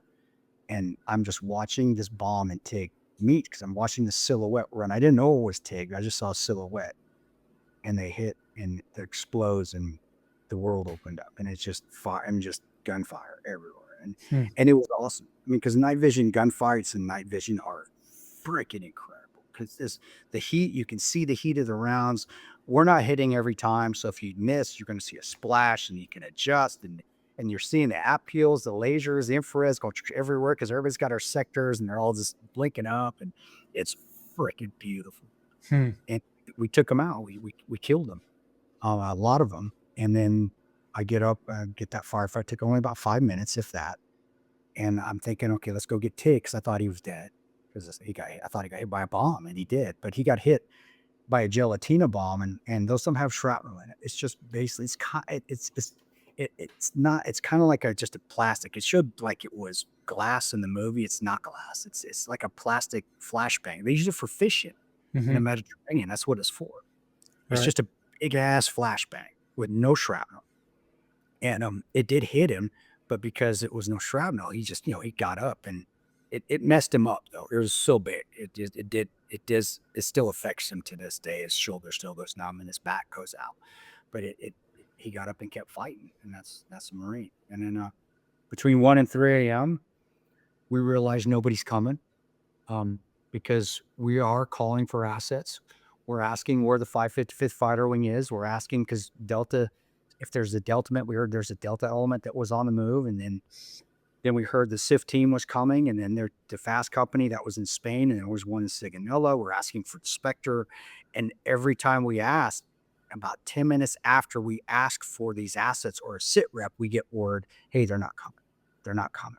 They're not coming. They're not coming. And, after that, I'm looking at Boone. I'm like, dude, there ain't nobody coming, man. And that's a sick kind of a realization. Yeah. I mean, you imagine an IDF being out there on the rooftop, being somewhere, and your military is not coming to help you. I don't know. Does that even happen? It happens in America, but does that happen more than maybe we? It happened on October 7th. We Uh, had, so people experienced that for the first time, where you heard civilians and also soldiers, but mostly the civilians, that their takeaway was nobody was coming for us. Coming. We're calling, we're sending messages. And it wasn't that they weren't coming. It's just that we had, it was total chaos. So originally we thought 3,000 terrorists entered the country. It turned out to be actually more like 6,000 terrorists. So you had 6,000 assailants. Roughly half of them were actually combatants. The other half were enthusiastic civilians, if you like. And it just was absolute chaos, right? So when you're trying to get to the people that are asking for help, you're moving as fast as you can to get to them, but you're engaging and then moving on, engaging and moving on. As you know, that takes a lot of freaking time. Takes a long time. Yeah, And yeah, it so, does. yeah, Well, for those out there that have been through that, listen to your show, and yeah, Israelis that were bit, you know how that feels. it sucks. And at that time too, with us, we'd never been left behind. If Yeah, we're in Iraq and we needed gunships, we got gunships. If we needed other GRS guys, we needed other GRS guys. If we were working with other contracting units, they were coming. There was always somebody coming, whether it was our own guys or a military asset or the Scorpion guys from the NSA or the South Africans that may have been working in the AO. There, we're always helping each other. Um, but nobody was coming. And the thing that's the difference is, and it maybe is that we didn't rely on people to come for us. So when we realized that, we're like, all right, let's keep fighting. Let's get ready. We're going to yeah. keep fighting until we figure this shit out. We're not going to give up. And there was no give up. Nobody worried about it. There wasn't a discussion. It was like, holy shit, we're on our own. It was, well, that sucks. All right, let's deal with this problem. Yeah, Let's handle it ourselves. yeah. And they attacked us again at 3 a.m. And I remember that it was just wave after wave of terrorists that were coming over, and it was like a storm surge in a hurricane, and they're just coming, and we had this, and we're the retaining wall of lead, and they're not coming through this retaining wall, and we chewed them up. I mean, it was almost too easy. It was, Mm, and it didn't last long. Again, as most of you guys know, most gunfights are like boxing matches. You're fighting, and then there's a lull, then there's a fight, and then there's a lull. yeah. Um, and we just ripped them up, ripped. And that's why I think when they came to the realization that they weren't going to get to us, and I don't think they realized that they really at first they wanted to kill Americans. And this is what I got back from when we talked about the beginning about Basher Stevens and what they wanted. I really do believe they wanted a kidnapping. They wanted a hostage All for right. propaganda, or they wanted the ambassador because that's huge propaganda. Oh Or yeah. because all they had to do to kill us was drive an IED, a VBID to the front gate. Because our we weren't off the wall. We weren't that much standoff from the walls on our annex, and it would have killed.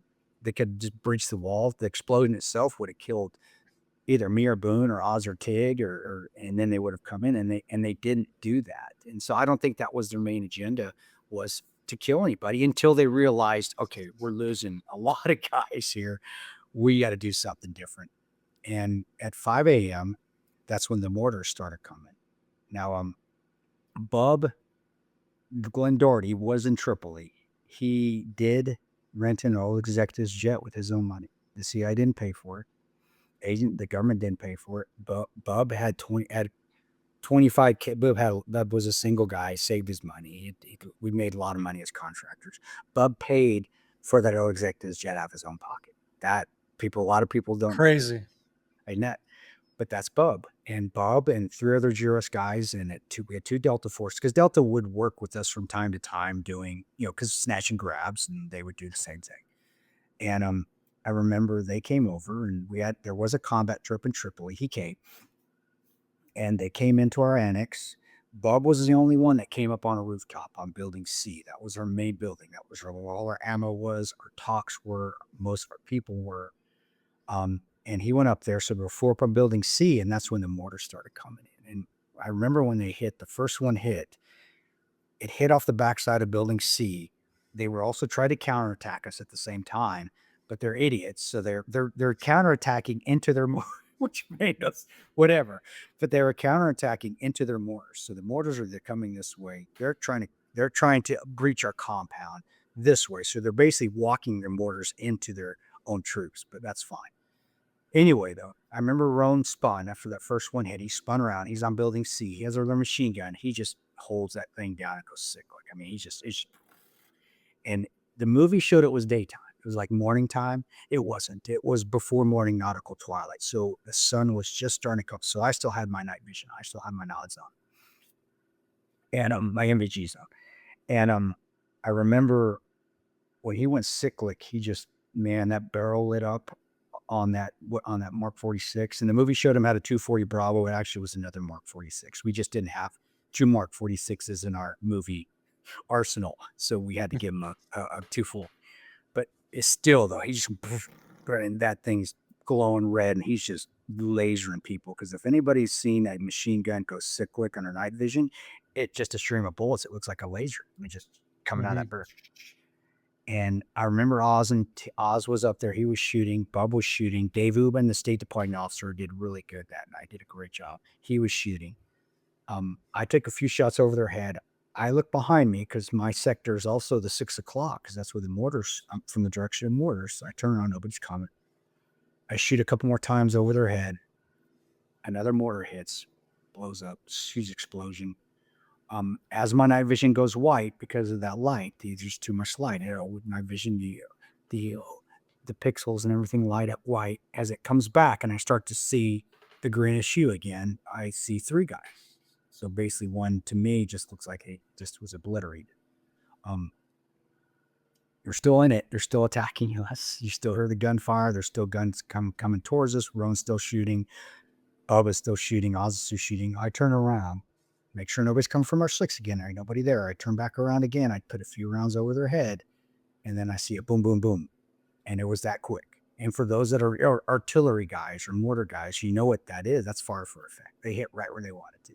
They were walking those 2 in, and then when that one hit right on top, they had to have a spotter somewhere that said, "You're on it," like we would. Right. And then the other 3 were bam, bam, bam. And I remember when they hit, my night vision went white, and it came back. It was weird because we were still in a fight, but it was like everything went silent to me. I didn't hear the gunfight. All I saw was this pixie dust raining down, and those 3 guys are now gone. Basically, everybody's gone. All I see is this pixie dust raining down through my night vision, and that's the heated particles from the building and the debris that gets kicked up. They're electrically charged and heated from the explosion. It looks like night vision. It does. It looks like Peter Pan pixie dust when you're close enough to see it. Mm-hmm. And I remember looking at it, and I did just what you see me doing now is what I did. I stopped shooting, and Jack and Boone are still fighting. I'm looking and going, holy shit, we can't beat this. We don't need air support. And I want to say I at least lost hope. I just had I'm a realist as well. It's like, fuck. And before I could say we're done in my head, I know God's there. God kicked me in the back of the head and said, "Get your gun up, Ranger." And That was the voice I heard. To me, that was God. Maybe it was Jiminy Cricket on my shoulder. I don't know. I look up and I just started fighting again Yeah. because you don't quit. And we fought them off. And we got lucky because the militia that you don't see in the movie, when I see the militia take off in the movie, the timing of the editing was a little bit off. The first mortar hit and then the militia took off. And they went out. We got lucky. They took the mortar team out for us. That's why the mortar stopped. People ask me, well, why didn't they keep mortaring you? Well, because that militia, I could hear the gunfight in the distance. They went and took them out for us because their commander had gotten caught in Building C when the mortar started. So their commanders in Building C going, guys, go get that mortar team. I'm in Building C. And we got lucky. And the irony of it all is they belonged to Omar Gaddafi. That militia was Omar Gaddafi's militia. Huh. So we were saved by Omar Gaddafi. And anyway, they took it out. 2 more hours go by. Roan and Bub are dead. Dave Ubin, his arms sheared off, his legs sheared off. They're hanging by a thread. We're tourniqueting him up. Oz's arm has almost been sheared off. And that was a great scene in the movie because he did try to still fight. It was pretty incredible. He got up, and every time he tried to fight, I'd see his muzzle drop. And I couldn't figure out what the hell was wrong. It was because he didn't realize this arm wasn't working. So he was trying to get his arm up to support his AR. And every time he tried to get his arm up to support it, it wouldn't work. So that's why it would. So he'd go boom, boom, boom. And then it kept firing like, what the fuck is going on? I'm on another building, so I'm not understanding. Then Tig got up there and, got the tourniquet ratchet on. Jack got up there and got him down. Well, he actually climbed down on his own. He didn't get him down. But at 7 a.m., we get word that Bub's team's coming in. And we get word that there's another militia coming in. Like I said, Bub and Roan are dead at this point. And we got to get Oz and Dave Ubin out of there because they're bleeped out. We all, and they're trying to take care of them down in our little triage room. And I remember when they were coming towards us, and for those that have seen these militias from these terrorist organizations, or if you fought alongside these Middle Eastern militias, they use Hiluxes. Majority of the time, it's a Toyota Hilux. Yep. Every once in a while, they'll get lucky and maybe they'll get a Tundra. But that's why I own Toyotas. People are like, why didn't you buy Toyotas and Chevrolets? Well, because the bad guys never used them, and I guarantee you they weren't doing 15,000 mile services on them. When they were in gunfight, shot up, and they're still running everywhere. That's why I own a Toyota. But I remember they were coming in, and it's big ass guns in the back. And I remember the guns. I remember the Dishka that was in the back of the front vehicle. And I remember as they're coming in, I'm looking at them. And it's daytime now, and I'm the only guy on the front gate. There's only 3 guns left: me, Jack, and Boone. And I remember looking at it, and Bob's on the radio to me going, Tanto, there's a militia coming in. We're not sure if they're friendly. Can you make sure and ID them? If not, you're going to have to fight them off. I didn't have a 46. All I had was my M4 left. I had my pea shooter. And I go, Bob, I said, Roger that. I go, what do they look like? And he goes, we don't know. I was like, Bob, can you tell me their colors of their vehicles? Can you give me logos or an insignia on them? No, we don't know that. Are there uniforms I can ID? I need to ID some sort of identification, uniforms, anything, because we don't have their ID identification. And I said, Bob, you've been a plethora of fucking information tonight. I appreciate it. Him and I, that relationship that you and I see him have in the movie was spot on. Yeah. That's exactly, we hated each other. And but I looked at him coming, and I remember seeing him come, and it was huge. It was about 30, I want to say 30 to 50 technicals. I mean, they're just moving. I mean, there's a corner that they come and turn in before they come to our corner. And I just see them they're just filling it. And I'm like, holy crap. And I just got down, and Pablo Schreiber did an excellent job playing this in the movie. He did exactly how I was. I just saw him coming. I'm like, I'm not giving up. This is it. This is it. There's an acceptance, not an acceptance you're going to die, just an acceptance that, holy crap. All right, well, let's get after it. It's like that last round, and you might be tired and you might be getting your ass kicked, but you're still going to get in there and fight until you're got no more fight in you. Yeah. And I remember I got down, and I had an EOTech on my M4, and I had EOTech was on, and I had the front guy, the passenger guy is shooting the passenger in that technical up front of the Hilux in the first vehicle. I can see him pretty easily. They can get right to our front gate, which is only about 40 meters away. So he's right there. I can see him plain as day. He's chewing cot. for those that have fought against either the skinnies or you fought against the Hajis, the terrorists in Africa or the Middle East, cot is an amphetamine that you. It's to me, I equate it to basically you mix cocaine with Copenhagen and you put some steroids in it and you chew it. And it's a leaf that chew, and they chew it for long, since they're kids, Yeah, and yeah, it rots your gums out, turns it, and I can see him vividly, and he's chewing cotton. It's just huge. It turns brown when you start to chew it more and more. It's green leaf, and you chew it, it turns brown, and it can get to slobbery. And there's a guy in the Dishka. He's up there, and he's chewing cotton too, and I can see him pretty vividly because that Dishka barrel is at my forehead. It's going to punch through that parapet wall. 50 cal, 2 shots. It goes through that block wall, and I'm dead. So I'm looking at it, and I am small. I am making myself so small. And I remember I did this. I reached up and I went like this. And that wasn't movie magic. I learned that from the Sudanese guys that we had worked with in Mosul. I worked in Mosul. We had Sudanese guards.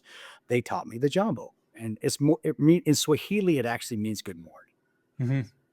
But because of the internet and Shaka being be cool, it's so much cooler to say that this means be cool. And that's like, it just means be cool, Mr. Tanto, be cool. So I learned to throw that up to locals if we're meeting with them. And 9 times out of 10, if I got it back, they were usually friendly. And that's the only thing I think of. I didn't know what else to do. I had no contact with them. I went, and the guy in the front vehicle, the passenger, he reaches out of his vehicle and he smiles. It's huge, a smile. I mean, it just caught brown all over his grins up here.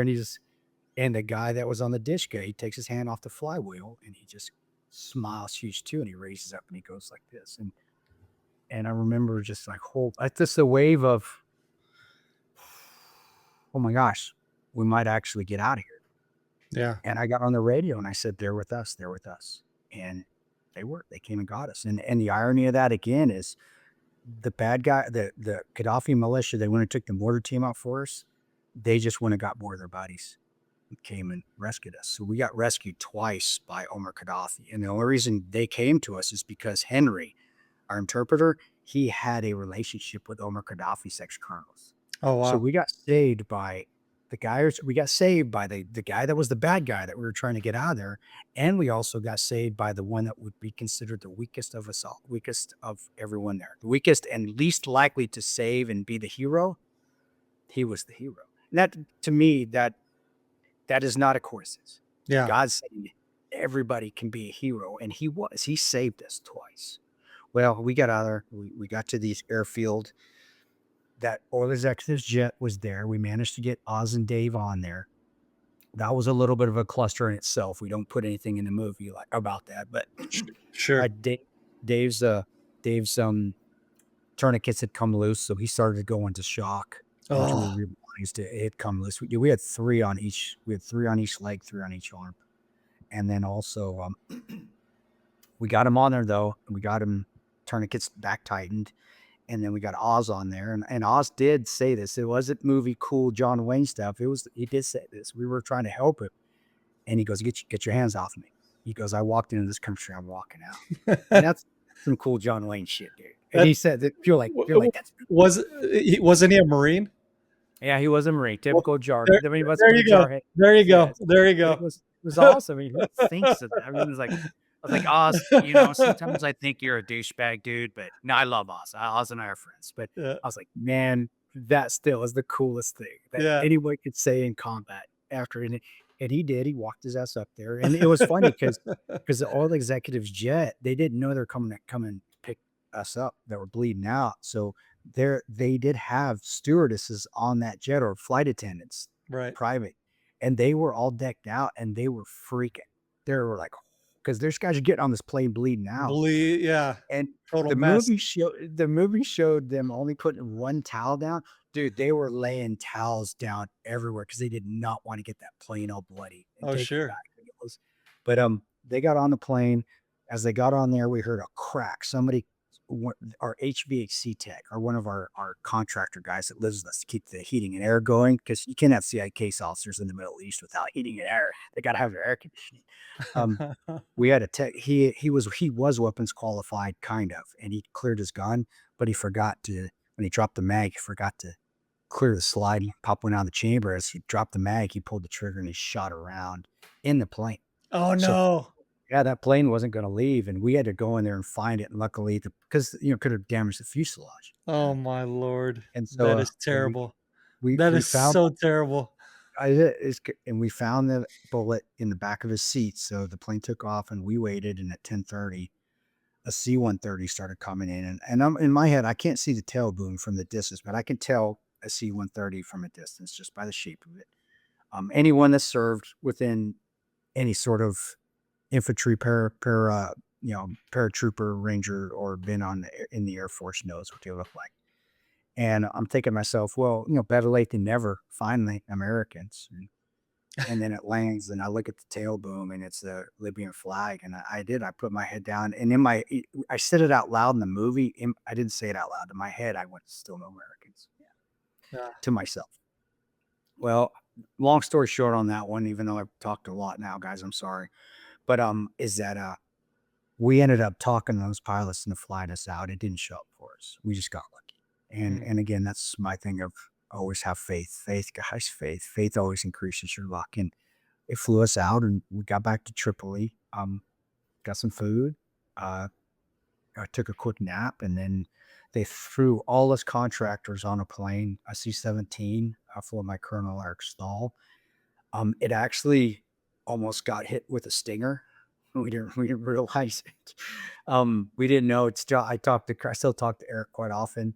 And yeah, he's like, yeah, because how they do it, how you stop from getting hit from a stinger when there's one that may be at the end of the runway, is what they do is they rev their engines real high. So they get super, super hot. And then they just gun it. And they gun it and they stay low. And as they stay low, a C-17, or if it's a small plane like a Casa, it'll go and shoot straight up in the air. If it's a C-17, they'll go and they'll stay low, and then they'll do a quick bank. And that's what he did. I didn't know, because I didn't think, we hadn't found any stingers there. We had found SA-7s, but no stingers. And now when we got back, he goes, dude, they were tracking on us from the moment we left Tripoli. Because when we were sitting on the plane, we had loaded the flag draped coffins on. We got on that C-17. They were seeing guys start to mass at the end of the runway. And we didn't have anybody down there controlling it. And Crazy. He's like, yeah, he said they were tracking us, and we didn't know the chafe. I heard the chafes go off. The chafes. And that's cool. We're in a big jet. You hear those chafes go off. It's pretty freaking cool. But I just thought they were doing it because it's Libya. We're just taking it. Don't take any chances. But he's like, we got back to Germany. It's like, yeah, dude, they had 2 trackers on us and they missed. And I'm like, holy shit, wouldn't that have sucked? Yeah, yeah. But we ended up getting back, and yeah, we went back home. I took an extra month off, so I took 3 months off, and then I went back out to Yemen. And the Houthis were just starting to kick off, and well, everybody knows what's going on with the Houthis now. So Oh, yeah. Who backs them? Who backs them? Who's always backing, right? Who's always the backers for all these. But that's it, bud. That's the story. Well, thankfully we've taken out a lot of the Houthi leadership just this past week. So thankfully, Group of people, they're just terrified. Yeah. That's where all the rockets. We've been going in and out of our bomb shelter because of those guys. They're still shooting ballistic missiles, and the ones that split up. So it's the one that splits up. So you know what I mean. So I know exactly why do I forget that I knew that? Because we use those. They're cluster bombs. Cluster, yeah. Not called cluster missiles. There's a name for it. There's a name, exactly, but they're nasty. But in any case, so wow, what a whirlwind of a story, brother. Thank you so much for your time. Thank you so much for sharing your heart with us today. And on this 9/11, we'll be remembering the fallen men that really gave their all on that day. Obviously, 9/11, the main event, and all the casualties on that day from those terrorists, those coward terrorists. I mean, yes, like you were saying, take our hat off to their ability to attack us, to hurt us. They are clever in their own way, but they're also cowards. Yeah. Because they go after women and children, innocent people. They don't go after combatants. They don't go after an actual fair fight, if you like. So I'll definitely be remembering all of those victims from the 9/11 in New York, and and um, and the other flights that they had hijacked, the was it the Pentagon and so on. I mean, just cowardice attack. And then again, just like you were telling, what happened in Benghazi on the anniversary, 2012, they had done another cowardice attack, and that Yeah. usually is always the case. Like I was just saying, now we attacked the Houthis just recently. Why? Because they've been attacking civilian targets, firing over my house, um, and whatnot. And that's just the way it is. There's evil in that world out there, and then there's good in the world. And like you were sharing today, you had God on your side, is Yeah. the way I see it. I do And too. when you're on the side of truth, when you're on the side of God, He will give you miracles. And that's what we've seen with King David. That's what we've seen with the armies of Israel against many armies, and stronger and tougher, and Goliath, and you name it. um, at the end of the day, if you stand on the side of truth and the side of God, you're going to have miracles, and you're going to see good in this evil world. And when good men stand up to stop evil, and I want to thank you Thank for you. being one of those I to appreciate, stand up and to fight thank you. evil. I appreciate that. It's good because you do see it. You see it in the battles of Patton. You see it in battles of the Bulge. Some of those we shouldn't have won. We shouldn't have won a lot of those battles, but we did. And to think that God wasn't on a lot of those guys' minds. Well, I've interviewed a couple of World War II vets and before they passed on Battleline, and they definitely believe in God, hugely believe in God. So Yeah. always have God on your side, and you will come out victorious always. And you guys keep doing what you're doing. And don't read those comments, dude, especially from us, from the softy Americans here that don't understand Yeah. what it's like to have a missile go over your head, that don't understand what it's like to live in a world where you you don't want to be in war. I'm going to go out and have a steak dinner tonight. I'm not expecting for a freaking Katusha rocket to land right next to my table, and Yeah. it's not going to happen here. It can happen where you are, and unless you can realize that, if you can't put yourself in, then you have no reason to offer any sort of damn comment. Go enjoy your good life, America. We have a great life here. Yeah. We're not going to get rocket attacked, but you're right. The Yeah. infiltration possibly is coming. Yeah. But the one thing about here in America is that also, and I live here in the Midwest. Yeah, Red Dawn scenario. We got a lot of Wolverines out. There's a lot of these good boys. Not that they're going to be tactically sound, but they're Yeah. going to fight. And Yeah. I think that's another reason why we don't get hit, is because it's not just our law enforcement that's going to fight back, or the military. There's just people there that, like it or not, we like guns here, and a lot of us have them, and a lot of us teach and learn how to use them Yeah. correctly. And they do. There's a lot of bad things that are going wrong. The trans shooter that shot up a church. Sure. We're not talking There's about psychopaths. We're talking about gun culture that is healthy. That is exactly. yeah, And 100%. come out here in the Midwest, and you'll see us, and you can come out and train with me whenever you want. But boy, you be safe out there, and thank you for letting me take so much time of your time today too. I know it's late. I know you need to get some rest, man. So, Yeah. but yeah, God bless you, bro. And if you Thank need you. anything, just let me know. Okay. Yes, sir. Thank you so much, guys. I hope you enjoyed this podcast. This was quite an incredible deep dive. If you enjoyed this show, make sure to share it, send it out to as many people to hear this incredible story. And thank you guys for tuning in. And may you have a wonderful week and the rest of your week on this 9/11 special. Shalom.